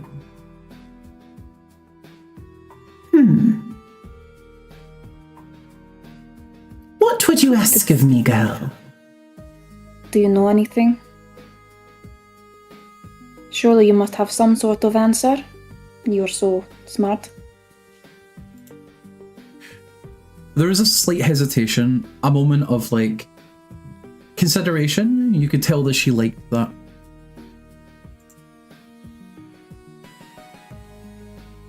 This place. Why? It seems far beyond the boundary of something I would understand. But curious so. I feel something here. Something about this place is waiting for you, girl. Something made just for you. It feels so close and yet so far. I felt it closer in the room we were just in. But here, it's fading. I have not an answer for you yet. But I'm sure something will make itself clear to you in time. Though I would ask you do not reveal me to these others. What would they say should they know what we're doing? Why does it matter what they say? They are not important, correct? Yet what if they try to stop us or hinder you in your journey? You have to make the right decision after all. Don't forget to put yourself first before these imbeciles. She'll just nod. And the eyes in your lyre blink away again, blinking out of existence and returning to the strings that they are. See where she gets it from. And she'll catch up. You can like hear the music kind of like. It's the opposite. That was a perfectly good liar before she touched it.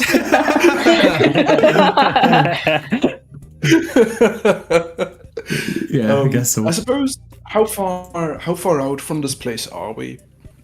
Because the plan I have essentially is to use Emboldening Bond before we get there, and I would use it on me and Vanille because that lasts like 10 minutes. Okay, I would say like whenever you get like a minute or two away, you can see like in the distance. You guys notice as you get closer and closer that the big egg-shaped rock is definitely not there. Marble will turn to Meryl and say, Here, take one of these. If I miss the throw, or you have the chance to throw before me, do so. All right. And, they'll hand her a glue grenade. Meryl, What? you can add a glue grenade to your inventory. Like a single glue grenade. If you go to inventory and search glue grenades, you will get one. It does what It's made out of horses. Yeah. Well, horses don't exist in Avanfall. It's made out of It's made out of horses. horses. Yeah. I will kill Add you. items. No, wait, I can't. It's canon. We fear no one. The horses are coming for you, just you wait. Yeah, we can't die. We're fine. Yeah. So, War boars. I wouldn't say repeatedly dying is fine. To you. so you can add that to your inventory, Meryl. And Yeah, I got it. the minute you guys crest over the beginning of this, I would like everybody to roll initiative as you watch as a small figure pokes his head up from the sort of concave, like cavern shape, and it is clear you're in for another round. Round Great. Oh, I can see the bastard. But I can't react very quickly to it. me every single I'm day. certain that peace. With advantage. Ooh, big number. Does this Oh, that's creature like a token. immediately I know we're quite a far distance away, but does it strike me immediately as hostile as the larger version? Roll me an insight. Oh, I'm good at these. Let's see. 20. So, maybe hostile is the word. It's hard to say for sure, but it does start rushing towards you guys. Because it's not exactly a human creature or something you can read literally, it's hard to say, but because you rolled so well, there's something sad about it, something tragic, the way it rushes towards you. Almost like the way that you would like whenever you see someone who you've not seen for years, like whenever you like look at a person that's like, you know, we see people like reunite at an airport, a little bit like that. There's like the way that they rush towards you, there's like a sadness and a joy all in the same, but it does come like rushing as fast as it can. And Vanille, you have the first strike. Okay. Which at this point I would like to remind you, Vanille, as well. You have the emboldening bond, so same thing, you know, once per turn, D4 to basically any D20 roll. Okay. Before that, should I do my malfunction, yeah? Go for it, yep. So, I got 5. Dissonance. I choose a creature within 30 feet of me. We swap places until the end of my next turn. Oh, wait, so... If that creature is allied, you may choose to stay where you are, and for 1 minute I may swap with that creature 1 additional time as a reaction. Okay. Yeah, no, I checked that immediately. Yeah, it's just one of us. Yeah, so just one of you, and then you can choose to swap again within a minute if you would like. That reaction, swapsies? if for example they went to hit Vanille, could you reaction and hit you instead? Yes. Okay, yeah. You're definitely going to do that, aren't you? So yeah, choose Marble. My plan was to choose Marvel, actually. Yeah. Yeah. So first things first, who are you swapping with? Because you do swap right now. Marble. Okay. There you go. When are you here? I just handed you the grenade. I've always been here. They got you there. Why are they being so mysterious? So, Vanille, on you go, please. This time, we're taking it up a notch. We're going for a very unsensible G5. Let's go. Yeah. Fortissimo, aka Eldritch Blast. Oh, that's embarrassing. Oh, D4. What is it? Yep. Okay. So again, like you sort of sing out this note, this sort of condenses into this energy that fires off towards this thing, and it hits. You see it hit it square in, like in the sort of nestle of like crystals that sort of make like a face-like shape in this thing. Mm-hmm. Should make her sing the note. I don't know if I could belt a G5 right now. not in You have the to cards. for those viewers. Okay, let me do it. Oh, my mate didn't get it. Oh, Oh no, that's that's a shame. oh. You shoot yourself a little xylophone so you can like kind of. Well, about that, yeah. So Vanille, yeah. you condense this note of yours towards it, and it definitely hits it. Mm-hmm. Is that end your turn? It is indeed. Cool. It's going to use its action to dash, sort of close the distance as fast as it can. Again, it's sort of like instead of moving, it sort of it fell to the ground at the sort of the cusp of this sort of concave thing, and then it starts dragging itself across the ground with these sort of tendrils, and making their way quickly towards you guys. But that's the end of its turn. Dawn. So Dawn is going to move close to the creature and then bonus action Crimson Right. So I will take 2 necrotic damage. And I get to apply acid damage to my whip. Sure thing. And does it stack with my buff? So, and I'm pretty sure I asked this before. Do I get 2d4 from doing that now? I think that's correct, as long as it's on that specific weapon. That weapon gets a buff from you applying Crimson Right to it. Cool. So I get an extra 2d4 on my whip. Because a whip by default is 1d4, but applying Crimson Right lets you get an extra d4 on it as well. Yeah. I'll see if I hit first.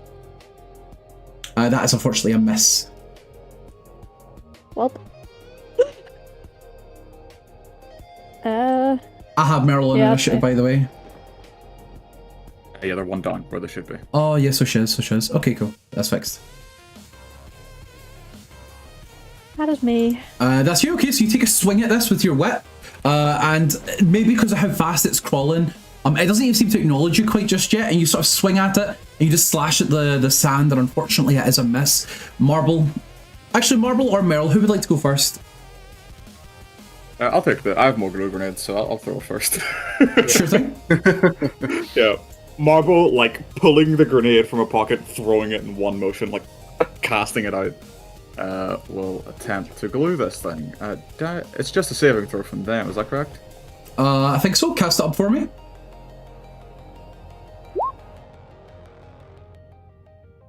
What's wrong? What? Sponsored. Like Yeah, so heroes, it has to make a strength saving throw first, or it becomes restrained. It fails. So it's kind of like trapped underneath this sort of explosion of sort of like sticky glue that you sort of throw onto the ground as this sort of this canister explodes and sort of coats this area. And I will just have it. And could you draw me a 10-foot cube, please? Yeah, 10-foot cube. That's fine.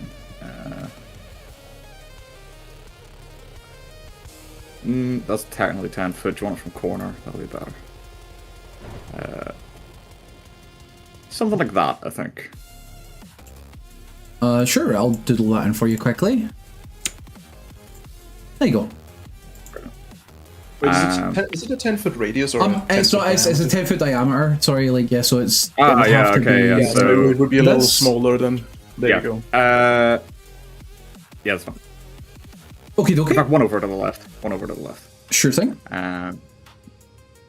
Yeah, and Marvel will just step forward and fire the crossbow in at it while staying at a bit of a range. Sure thing. Keep in mind the creature is restrained, which means you have advantage. Yep. In fact, it's restrained crit when you're within 5 feet. Is that the restrained one? No. Or is that paralyzed? Yeah, okay, so disadvantage. Cool. My crossbow is painful. There it is. 11. That's not I'm with not blessed advantage. anymore. You're not rolling with advantage either. You're absolutely right. I just completely forgot.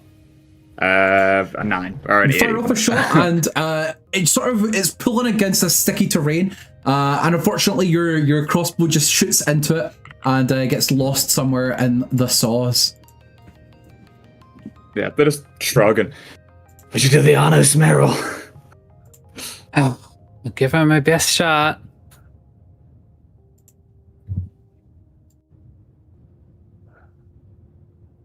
Okay. Then what say you, that? Meryl? Do I go? Sure thing.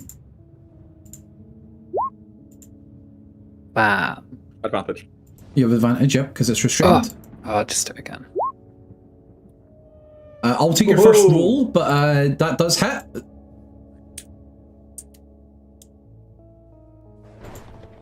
And you had advantage, so you get sneak attack actually as well. You shoot this thing in the face with this sort of mess of crystals, and you hear a whole bunch of them break and shatter. And already this thing looks like it's barely holding on.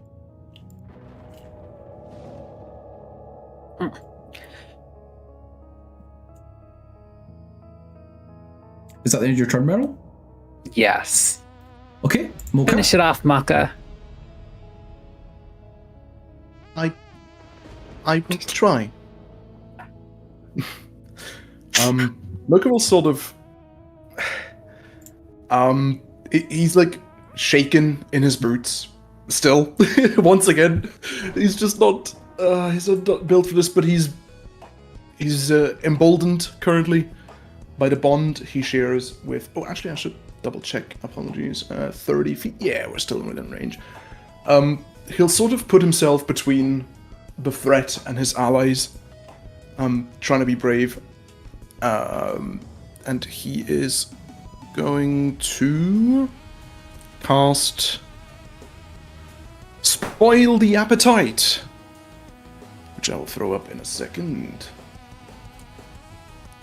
It is missing any of its hit points here. Yes. There we go. Fantastic. Toll the dead. Or, well, spoil the appetite. I am terribly sorry about this. So give me some flavour as your spell is sort of cast off. It does do damage though. So M.O.C.H.A is all about, food and flavors and smells. And if ever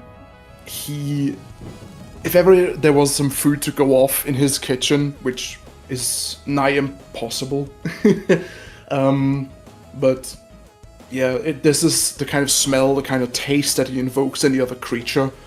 Whether they feel the need or desire to eat, they now learn what it feels like to have your appetite spoiled to a degree where you almost want to, hurl. So it's just a really ill feeling.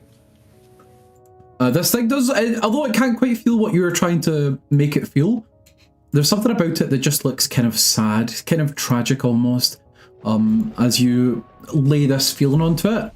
And it's sort of like its whole body shifts, like the top half of his body realizes like slightly disconnected from the bottom half, and the whole thing shifts up to turn to your perspective while being enraptured in this sticky glue. And is that the end of your turn? Yes. Okay then, Vanille, it's your turn. How hard does this thing look? It looks like it is about to fall apart. Fantastic. Most of the crystals in its face have completely smashed up and sort of rolled off the sides into the sort of glue. You see there's like pinkish kind of shimmer going over this sort of chunk of glue that it's trapped inside of. Love this.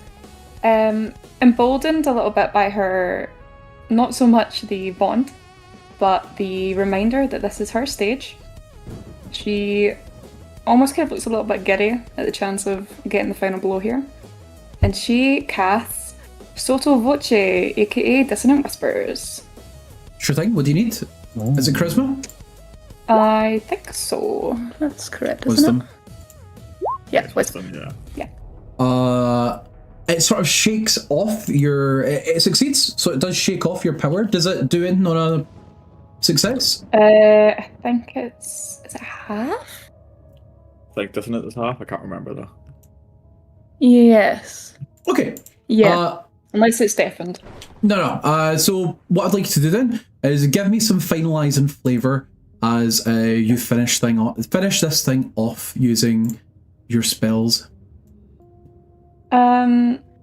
So this spell, compared to the last one, Fortissimo, she's not singing loudly. This is very much just for herself.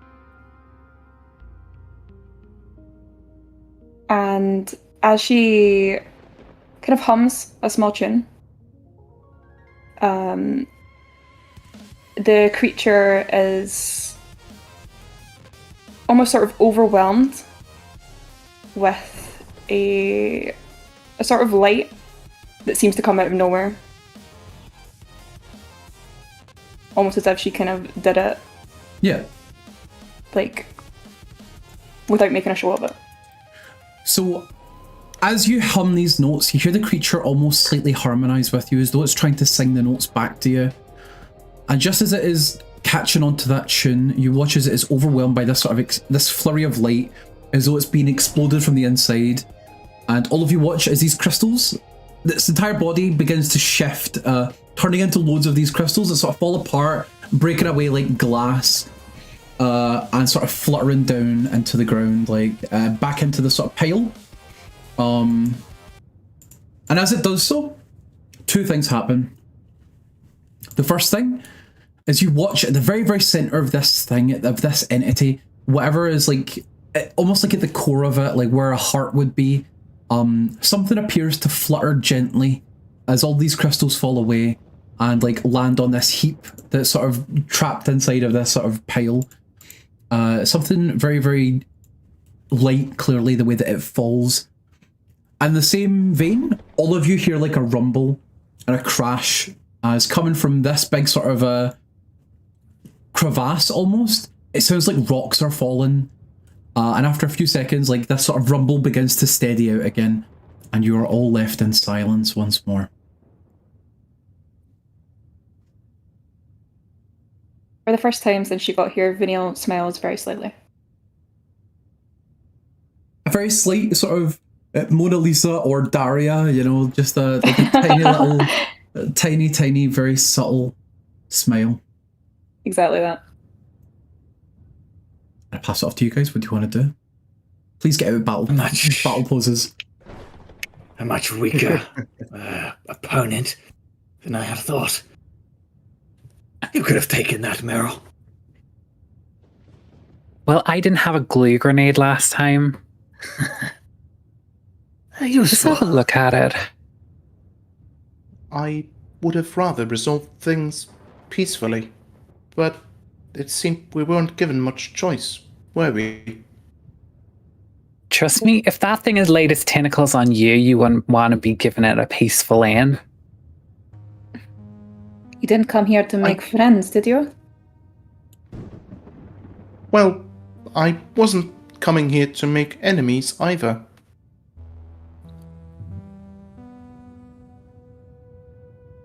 Did this thing bleed at all as we No. murdered it? Yeah. I want to poke at its corpse and see what's going on. Sure, for what it's worth, there's not really any rocks or anything left. There's nothing, none of the tendrils also solidified into these crystals and then broke off, almost like it solidified very, very quickly and then it fell apart. Like I said, something very small kind of like fluttered from the inside of it and landed on top. So no loot. Well, no, with the exception of whatever the thing is, but no loot. Damn, you're that girl I knew you were. I want to get that thing. Are there crystals where our corpses lay? Yes, 100%. You spot kind of immediately, there's one that kind of stands off the side here, and they look very whole. They are definitely your shapes and silhouettes. They don't look anywhere near as much time has passed, or like the things have faded. They're actually pretty, almost like perfect replicas of you guys, if a little bit off-putting. Their faces aren't quite correct, they're slightly blurred, slightly melded with this crystal, but that being said, they're still you. Do they have our things? It looks like they were carrying your things, but your things on them have also crystallized. Like your entire bodies have turned into this thing almost immediately. If we look around it, is there any like of those sort of sentimental objects like sitting around it, or is it all just stuff? Everything we were holding. It looks like all the stuff that you were holding, you have. You might find like something you might have dropped during the fight, whether that be like a dagger or the weapon you were holding or something to that effect. Might have also like scampered off and like fallen off and has also crystallized on the ground. But none of them have sank into the sand quite just yet. And wait, that reminds me of something. I'll get back to that in a second. But first of all, sorry. The way we perished in this fight, as it were, do we appear in the same sort of formation that the other corpses or crystals that we found were arranged in? Is there like a indenture in the ground? Or does it seem like this hole that is now there, if that is a hole, would soon blow over to resemble that sort of shape? What hole, sorry, are you talking about? This over here, sorry, I don't know if Don, because you're the closest to it, you can see in the dead center of this, there is actually an actual hole at the bottom of it. Like, it looks like it leads down, like leads into something. From the angle we're at, can we see the horrifying ass face that's like built into it? That's just the remnants of the crystals that lay around in this. Were you going to say something, Vanille? Could I cast synesthesia, aka detect magic? Sure thing, you can cast that off. Also, did anybody pick up the thing that was like on top of this thing's body? Yes. Okay. Meryl, you realise quite quickly what this thing is, and unlike everything else you'd expected to find, it looks like a sheet of paper. Like a really, really small sheet of paper. And as you scoop it up and you flip it around, you realise, oh wait, this isn't a sheet of paper. You know exactly what this is. It looks like this. Ooh. Look at our photograph. Interesting. That's a hand. And a nurse. To you, it almost looks a little bit like someone has been crying onto it. Like it's very faded, very old and kind of torn, as though it's been well loved and well held onto. I was like a Mecca, right? Like on the right. She's gonna Looks siren to me. That looks like a That that one tentacle. None turn her on the left. Better not be who I think it is. Are you showing this to people or? Yeah. So Meryl, you pick up the photograph, you come over to where everybody else is. So Vanille, you're casting off your spell. You can feel the subtle magic aura from your friends, and if you get close into the crystals as well, you could definitely feel like aura of magic coming from each of the crystals that are sort of hovering nearby. And if you happen to get close enough, to picking up what they are, 100%, there's necromancy in the air here. If anything, everywhere you walk here, even where there isn't necessarily magic, that subtle vibe of necromancy can fill your soul and body. You can tell something is still afoot here. And so this entire place is coated with an unending sort of hold of necromancy. Because we died. Like specifically necromancy? Specifically necromancy. To say specifically necromancy, within this universe, magic's a little bit more of a vague thing rather than defined schools. It's not as easy to read as that. There's definitely some kind of other magic that is very old and hard to pin down, but the most modern day equivalent of things that you can feel is definitely necromancy. It seems that the undeath part of the role is part of this land itself. Or at least as affecting it. It does seem death haunts this place, yes. They said that there's worse options than death. What if that is the worst option? With what Meryl found, it's possible.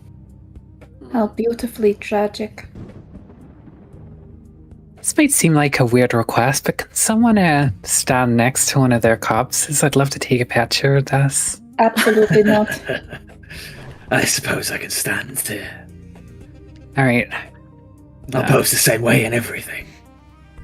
Meryl goes and snaps her twinsies photo. That's fine. Instagram. You take the same pose. Horrible. And you take a photo of Marble standing next to their 1 hour with horrifying this corpse. one. Puts the Rio de Janeiro filter on it and everything. It looks really good. It's very striking, you know, it's a little bit ominous, and there's the flash of your camera captures, like, it sort of like sparkles back this sort of light that sort of reflects onto marble, you know, so that the whole thing has a pinkish hue. Yeah, marble is extremely photogenic. Like, Do they glitter in the light? I tied it a little bit. Yeah. Mewing. Editor, also put know- up a picture of marble, like really close up. Put the Meryl. picture of the marble summer calendar. You would also notice, because you've lit it up really extensively with your camera flash, from inside the marble corpse, you can see a tiny little sphere somewhere in the dead center of it. Like, it's sort of a little bit darker than everything else in the frame. Anyway, I'm going to rip open my corpse now. Get your marble. Indeed. Marble. They'll chip away at it, like, very carefully, like poke at the edges first to make sure nothing happens, and then Yeah, like, it just wobbles a little bit because it's not quite sunk into the sand, and it's standing. It's one of the few that you found standing, so it kind of wobbles a little bit. and then they'll just try and like almost like punch in and grab their like the marble. Sure, it doesn't take much to break these, right? Even if you give it like a slight tap, it sort of falls over and falls apart, and you can go in and scoop that up, and you can add another mote of loss to your party inventory. Dawn will go and loot her own corpse as well. Sure. I hope you're all okay with your corpse's desecration. Absolutely not. You can definitely tell, like, M.O.C.H.A is not even looking at his remains. He's just kind of, like, very squeamish about it, but... Yeah, it's very horrifying. Like, it's you in your final moments, like, solidified permanently like a sculpture. And imagine both of you are kind of clustered together down here, you know, in your last moments, and neither of you are particularly willing to engage with it. Guys, think of it like this. Your past death can save yourself from a future one. You know, it might be what tied you over from that again. I suppose it is embarrassing. I wouldn't want I would someone rather else to not see have us fail. Yes, I would rather not have experienced it in the first place. But something that is curious to me is we got this far, whereas everybody who came before us was in completely different places. Do you think this creature moves? Oh, they killed others. There was a crater before. Perhaps they killed one there and died in the same way we did. It's like a cycle. That does seem rather unsettling. May I have a look at that photograph? Yeah, of course. Okay. And I'll sort of take it and flip it over, see if there's any writing on the back. It doesn't seem to be so. The photograph itself is quite old and also quite worn down. Exactly how old it is kind of hard to gauge, but there's no writing on it, no words. You could vaguely make out the shape of two figures, but it's hard to tell, and it almost looks like water stained. That's the best way you could describe it. Okay. I'm just gonna straight up ask: Am I looking at Lila and Alice? Might be. Okay, that's good enough for me. Look at that. This photography. Who that? Before. Well, there's a few things you know about both of those people. I don't think you ever met Alice, did you? Did you meet Alice? Oh wait, Lila. I know Lila. One second. Have I met Alice? So I was born 20.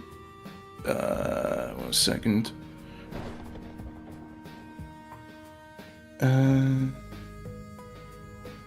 Sorry, just saw it. 2189. 2189, and they were in the roster of I'd say, the most recent one, 2021, 2022-01. So yeah, I would have known them. So put it this way, it's hard to make out in the photograph, but you're not sure for complete certainty. If it is Lila and Alice, it might be. But as you're kind of looking at it, it does look almost like someone's wearing almost like a nurse's hat. And the other one is wearing some kind of headdress. And you know for a fact that Alice was religious in some way. She had some kind of faith, so maybe it's possible. You're not completely certain, but it could be. And is that something you say to the rest of the group? Yes, M.O.C.H.A has.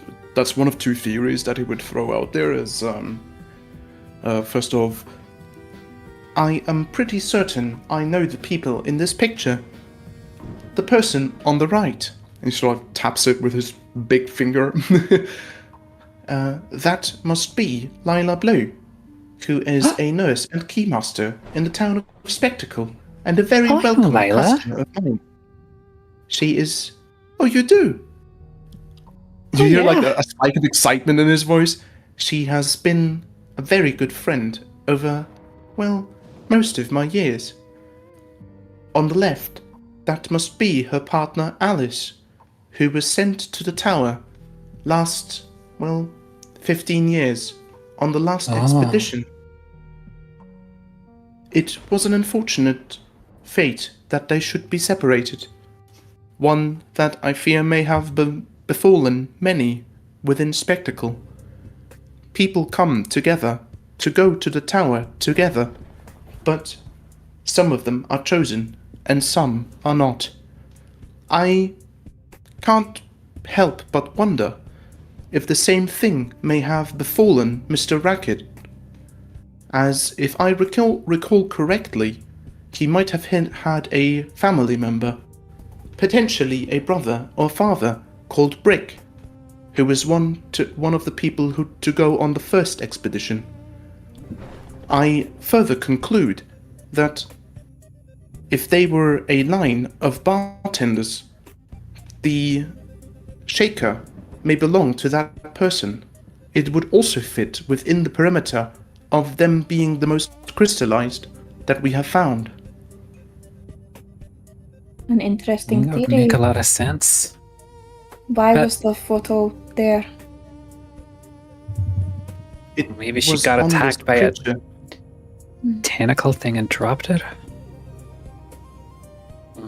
Oh, that is your friend. You said a bunch of people come together in Spectacle. I thought you were all loners and hermits. That was the whole point, was it not? It is true that the outside temperatures of Spectacle do not, they do not welcome much getting together, and people are reclusive. I suspect it is because everyone has their own reasons to go to the tower, but the entire city of Spectacle is made out of people who wish to go to the tower sooner or later. In fact, I have heard on many occasions that it is very unusual for a family to settle there, or for a family to form there, such as has been the case with the family of my masters. The Nussbaum family came there, originally it was only Adrian and Marlene who came to the tower together. Or perhaps they met in Spectacle, but alas, Marlene set her original goal aside when it happened that she became pregnant with my master. And unfortunate as it is, Adrian, a couple of years later, was elected to partake in an expedition to the tower, leaving her and her son behind. Wait, Is that a yes or... Marble, why do you speak as if you are not also from Spectacle? You are, yes? We all are? No. I What do you arrived, mean, no? I think it was 2 days ago. 2 days ago? What? Yes. No wonder no one knew you. That would make Historically sense, yes. speaking, people have come from all over the Shard to partake in expeditions. Some of them spent their entire lives in Spectacle, waiting for their opportunity, only for it to never to come. Such fate befell my late mistress, Miss Marlene. 4 days? That's ridiculous. Well, Do you I know how was long I had told to the wait? day I arrived. But yes, The tower knew it was your time. exactly. It certainly works in mysterious ways.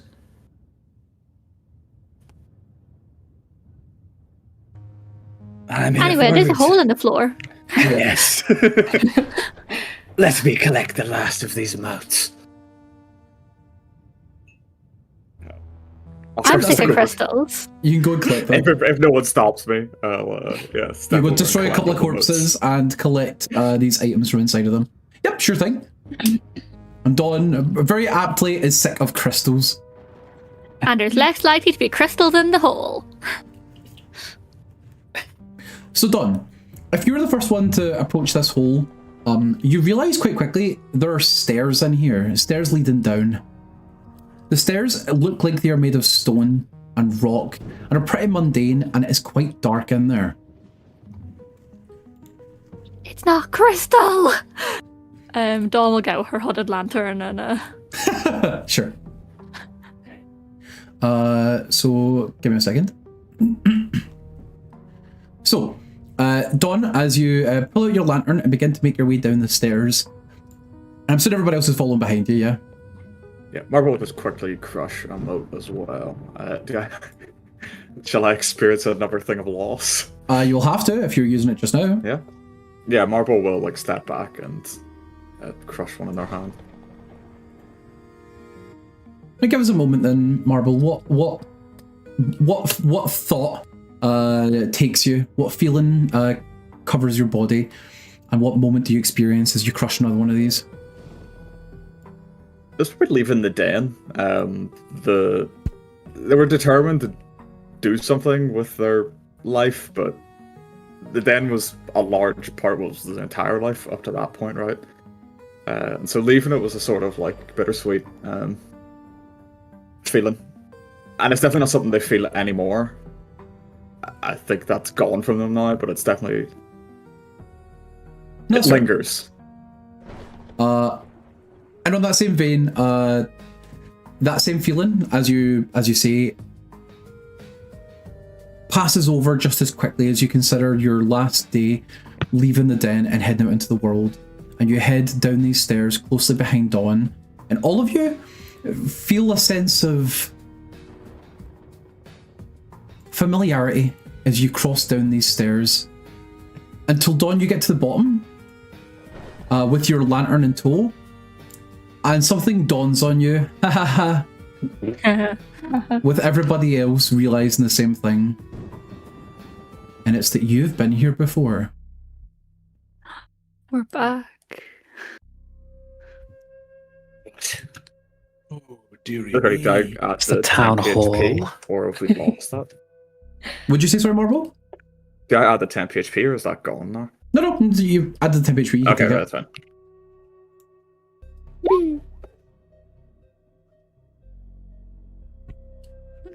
Dawn heads straight towards the room that the other thing was in. Sure thing. For what it's worth, Vanille will cast light, or what did I call it? Brillante, that's it. Sure. I think it's light. So, I'm not going to do it because it takes ages to set up and we've got 5 minutes left. I want to do something really quick for later. So, as you make your way into this room, and you open the door, which was closed, by the way, it was definitely closed. Don't ask questions. Hold on, I'm just setting up the visual for our audience. As you walk into this room, Oh, those guys. you can see. Why? As you head into this room, Dawn, and I see you walk right up to the thing, you realise something looks a little bit different about the pillar in the centre, at least than the last time that you had approached it. I'm going to ask you to roll me an investigation check.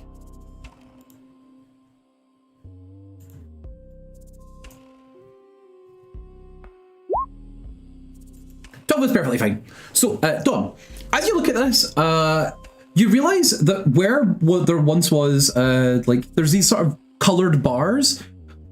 Two of them look almost slightly loose on the inside. You notice that the bars that held them in place aren't quite as tight. And you realise something that you might have picked up on ever so slightly before, but you realise now with complete earnesty, which is, wait, this thing opens. And as you slide your hand into the hinge and yoink it open, you get to see inside. It seems as I though... pull out the ones that are... I go on. No, if you want to, you should be able to grab the two of them. Like physically on roll 20. Very fancy. So it's these two, right? My Yep. goodness. We live in the future, everybody. We live in the future.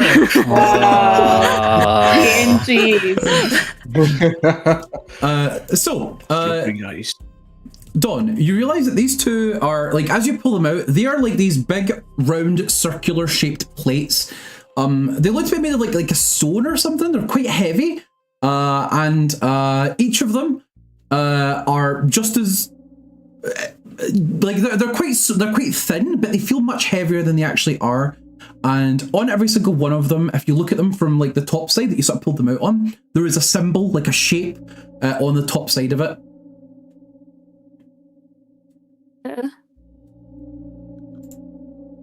The ones that you have. Holding, Oh, sorry. On you go.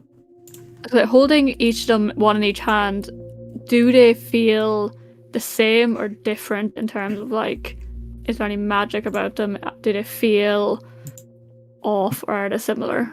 They are identical in weight and structure. You don't actually necessarily feel any magical coming from them. And you're pretty attuned to feeling that sort of thing, but there's definitely nothing magical about them. At least not the way that you're holding them. And on the sort of greenish-y coloured sort of one, there is a white triangle with the triangle like pointing in towards the centre, like the tip of the triangle pointing inwards towards the centre. And on the one you've got in your other hand, there is a square, like in one of the sides of it.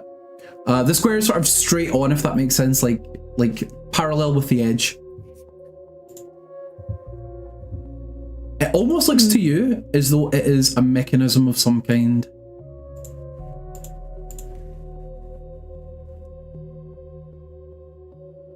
Anyone, any ideas?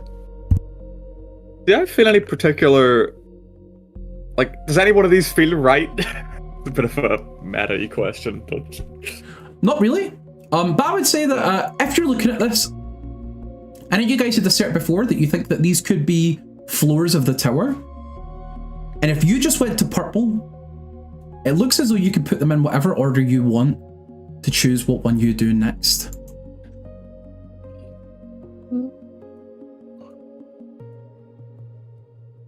How do we do... The question is, how do we do this without metagaming? I think me and you know more than most people who play Morts, so... That is, yes. But Dawn, but I did share the theory off stream last time. Yeah. But Dawn, as you look at both of these plates, one in each hand, and consider what your options are, and all of you mull over what was the end of what that floor had to offer to you, you all feel this sense of completion, as though you finished something. It's almost anticlimactic in the sense of, what was that it? But in the same vein, there's a sense of accomplishment that fulfills each of you. You made it all the way through and you find yourself back here once again, and a new decision sits on your shoulders. A decision we will be leaving for next time on The Tower. The Tower. Oh, you said That's a it. question. You said it. So hold on, I'm just going to move us to... I've got one last question. What is your last question? Do we level up? And you level up. You're not joking? You will be... how to put this? You will level up whenever you get a long rest. But take your level up just now, so you know what you're doing. But you will not get any effects until you get a long rest. Oh, I've run out of spell names. I'm running out of music terms.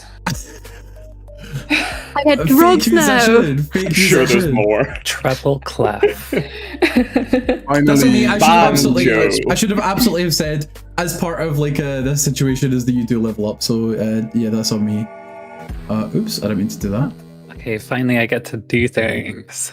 Yippee!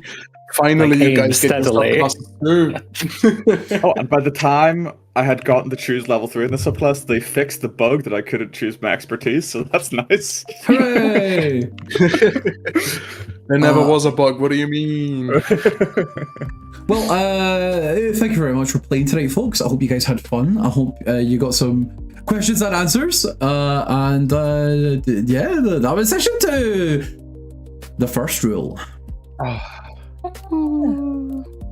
guess we should say Our pleasure as always.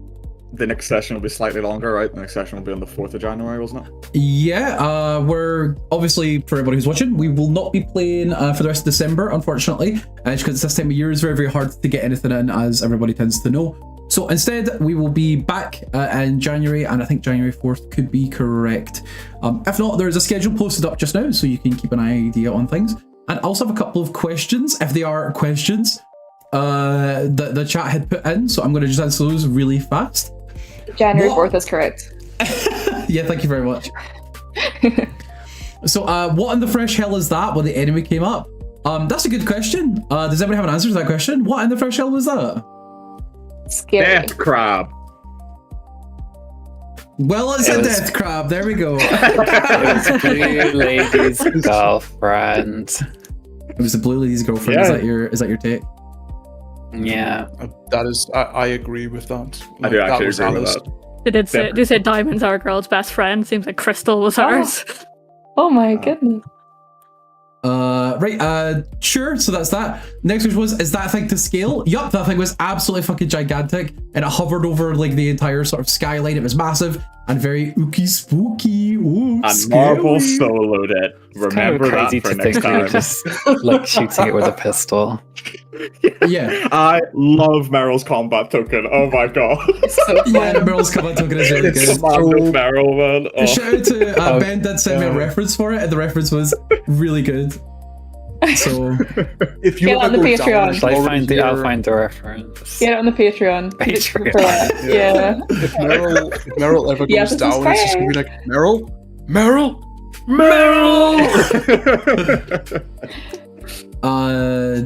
Also, something that's really funny and also predictable is that I planned way more stuff than we ever would have needed. So I'm ready to do the next session like today. Obviously we're not going to do that, but I could. Let's do it. So next time we're gonna have a speedrunning boots on. You better hold on, buckle up. Do not do that. I will speedrun straight to level die. 5. Marvel will backwards long jump this whole way through the tower, their whole way to the tower. Wait, if we How many level levels up, is there? Like 9? Yeah. If we level up, Oh my god. if we level up every long rest, what's stopping us from just having a big nap session and It's getting so to true. 18? I guess we'll There's also see. absolutely nothing stopping us from killing someone in the party, like just What? for fun. What? No. Yeah, that's No, kind of 'cause I true. know who that's pointed at. I don't think we should do that, but we could. I don't think it's morally okay. The next question we have is that a Pukabuka reference when Meryl was running for her life? I guess because you vomited up all of your juice. I renamed it to Innards Out. That's pretty good. We'll use some of your innards out in the next session then. Unless Nintendo's watching, in which case, no, it was not a It reference. was absolutely not it, Just a coincidence. Someone asked, who is the Jacob to Marble's Edward? I don't get it. Who's the secret werewolf in the party? There's always one. I think it's Dawn. I also think it's Dawn. Dawn? Werewolf? Like, there's She could be choosing. I could choose that. She's a werewolf during the daytime, not at the night, you know? And she breaks. New Dawn? There's a new Dawn coming. Oh my goodness. And there is a question that Moritz added to the chat because he's allowed to do that apparently. Just saying, like, I think so. did you know that M.O.C.H.A is an abbreviation? Gee willikers, who would have thought? It's an abbreviation. It's true. What can I it didn't even to mean? ask what it stands for. Well, you need to I ask didn't my just come character. up with random. Yeah, I didn't just come up with random letters. That'd be lazy. And then you later know? on attribute them to a meaning. Like, who would do that? That would be crazy. Right, Exactly. Morris? Who would do that? That would be crazy. Like, can we? Exactly, like not me. Let's guess what it stands for. Making oven cakes. Hot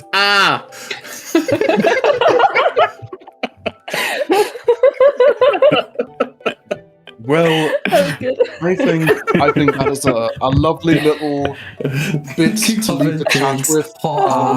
Everyone can very happily think about that until the next game and submit their best guesses in the Well, I chat think we at the got start it. of next game. Yeah, no, we got it. Don't worry about Yeah, it. got No, it. that was not. That was Don't not do that. it. We got it. Yeah. Let me actually think. I don't think you got a single one right, but Not even cake. I was really Why? backing You up. tell me those are correct. Why oven and hot the food at the cold and the oven hot? It's so true.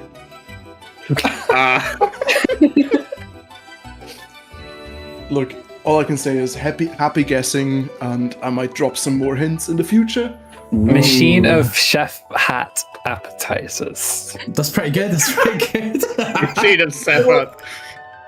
That is pretty good. So good, almost I want to let it slide, but it's not true. Mocha, Oka, Coca, Hoka. She's got you. You're cooked. You're cooked. Machine of cooking, hygiene, applications. Ass. Yeah.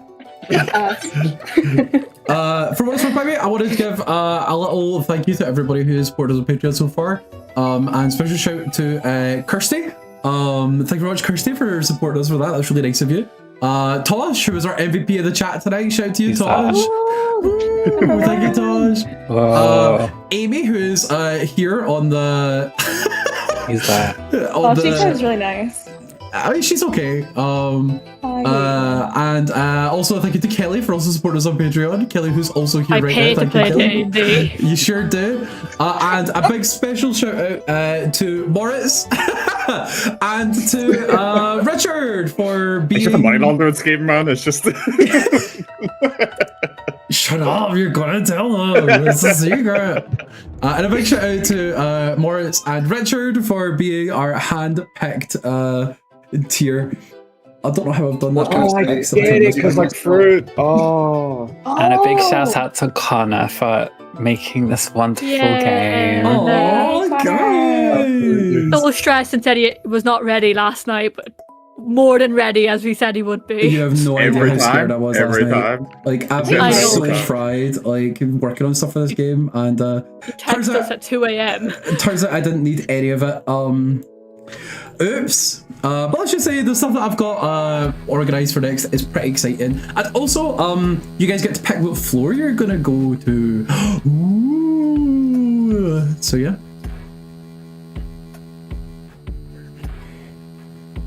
No, there is no back here. There's only forward.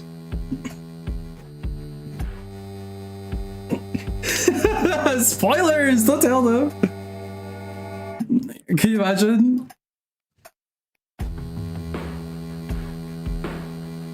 What were the other questions? Have you guys put up chat like questions in it? Since well, it's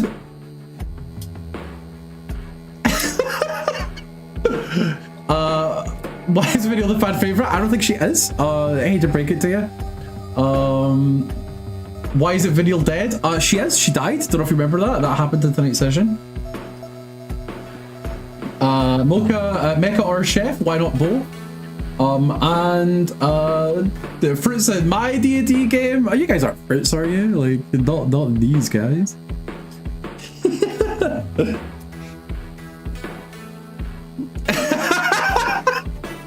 Me when I'm woke.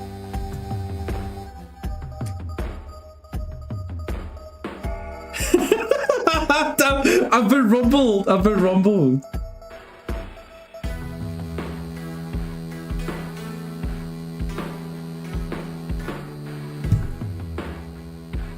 Yeah. Please, Dawn, it's Christmas. Please, Dawn, it's Christmas. That is like so specific. Most people will not get that reference, but I genuinely just cannot help but say, please, Dawn, it's Christmas. Apparently I've accidentally muted everybody. Sorry, something fell on my keyboard, and that'll be why. Yeah, I'm sorry. Why is there...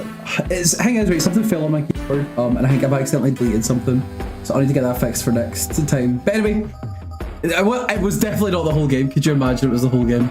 But... well, I'm sure the chat would have done something about it. But, right, considering I have technical issues that I will go and resolve right now, thank you everybody for watching, thank you everybody for playing. We will catch you for the next one, and January 4th. Bye everybody. You guys can't hear them say bye, but say bye anyway. Bye!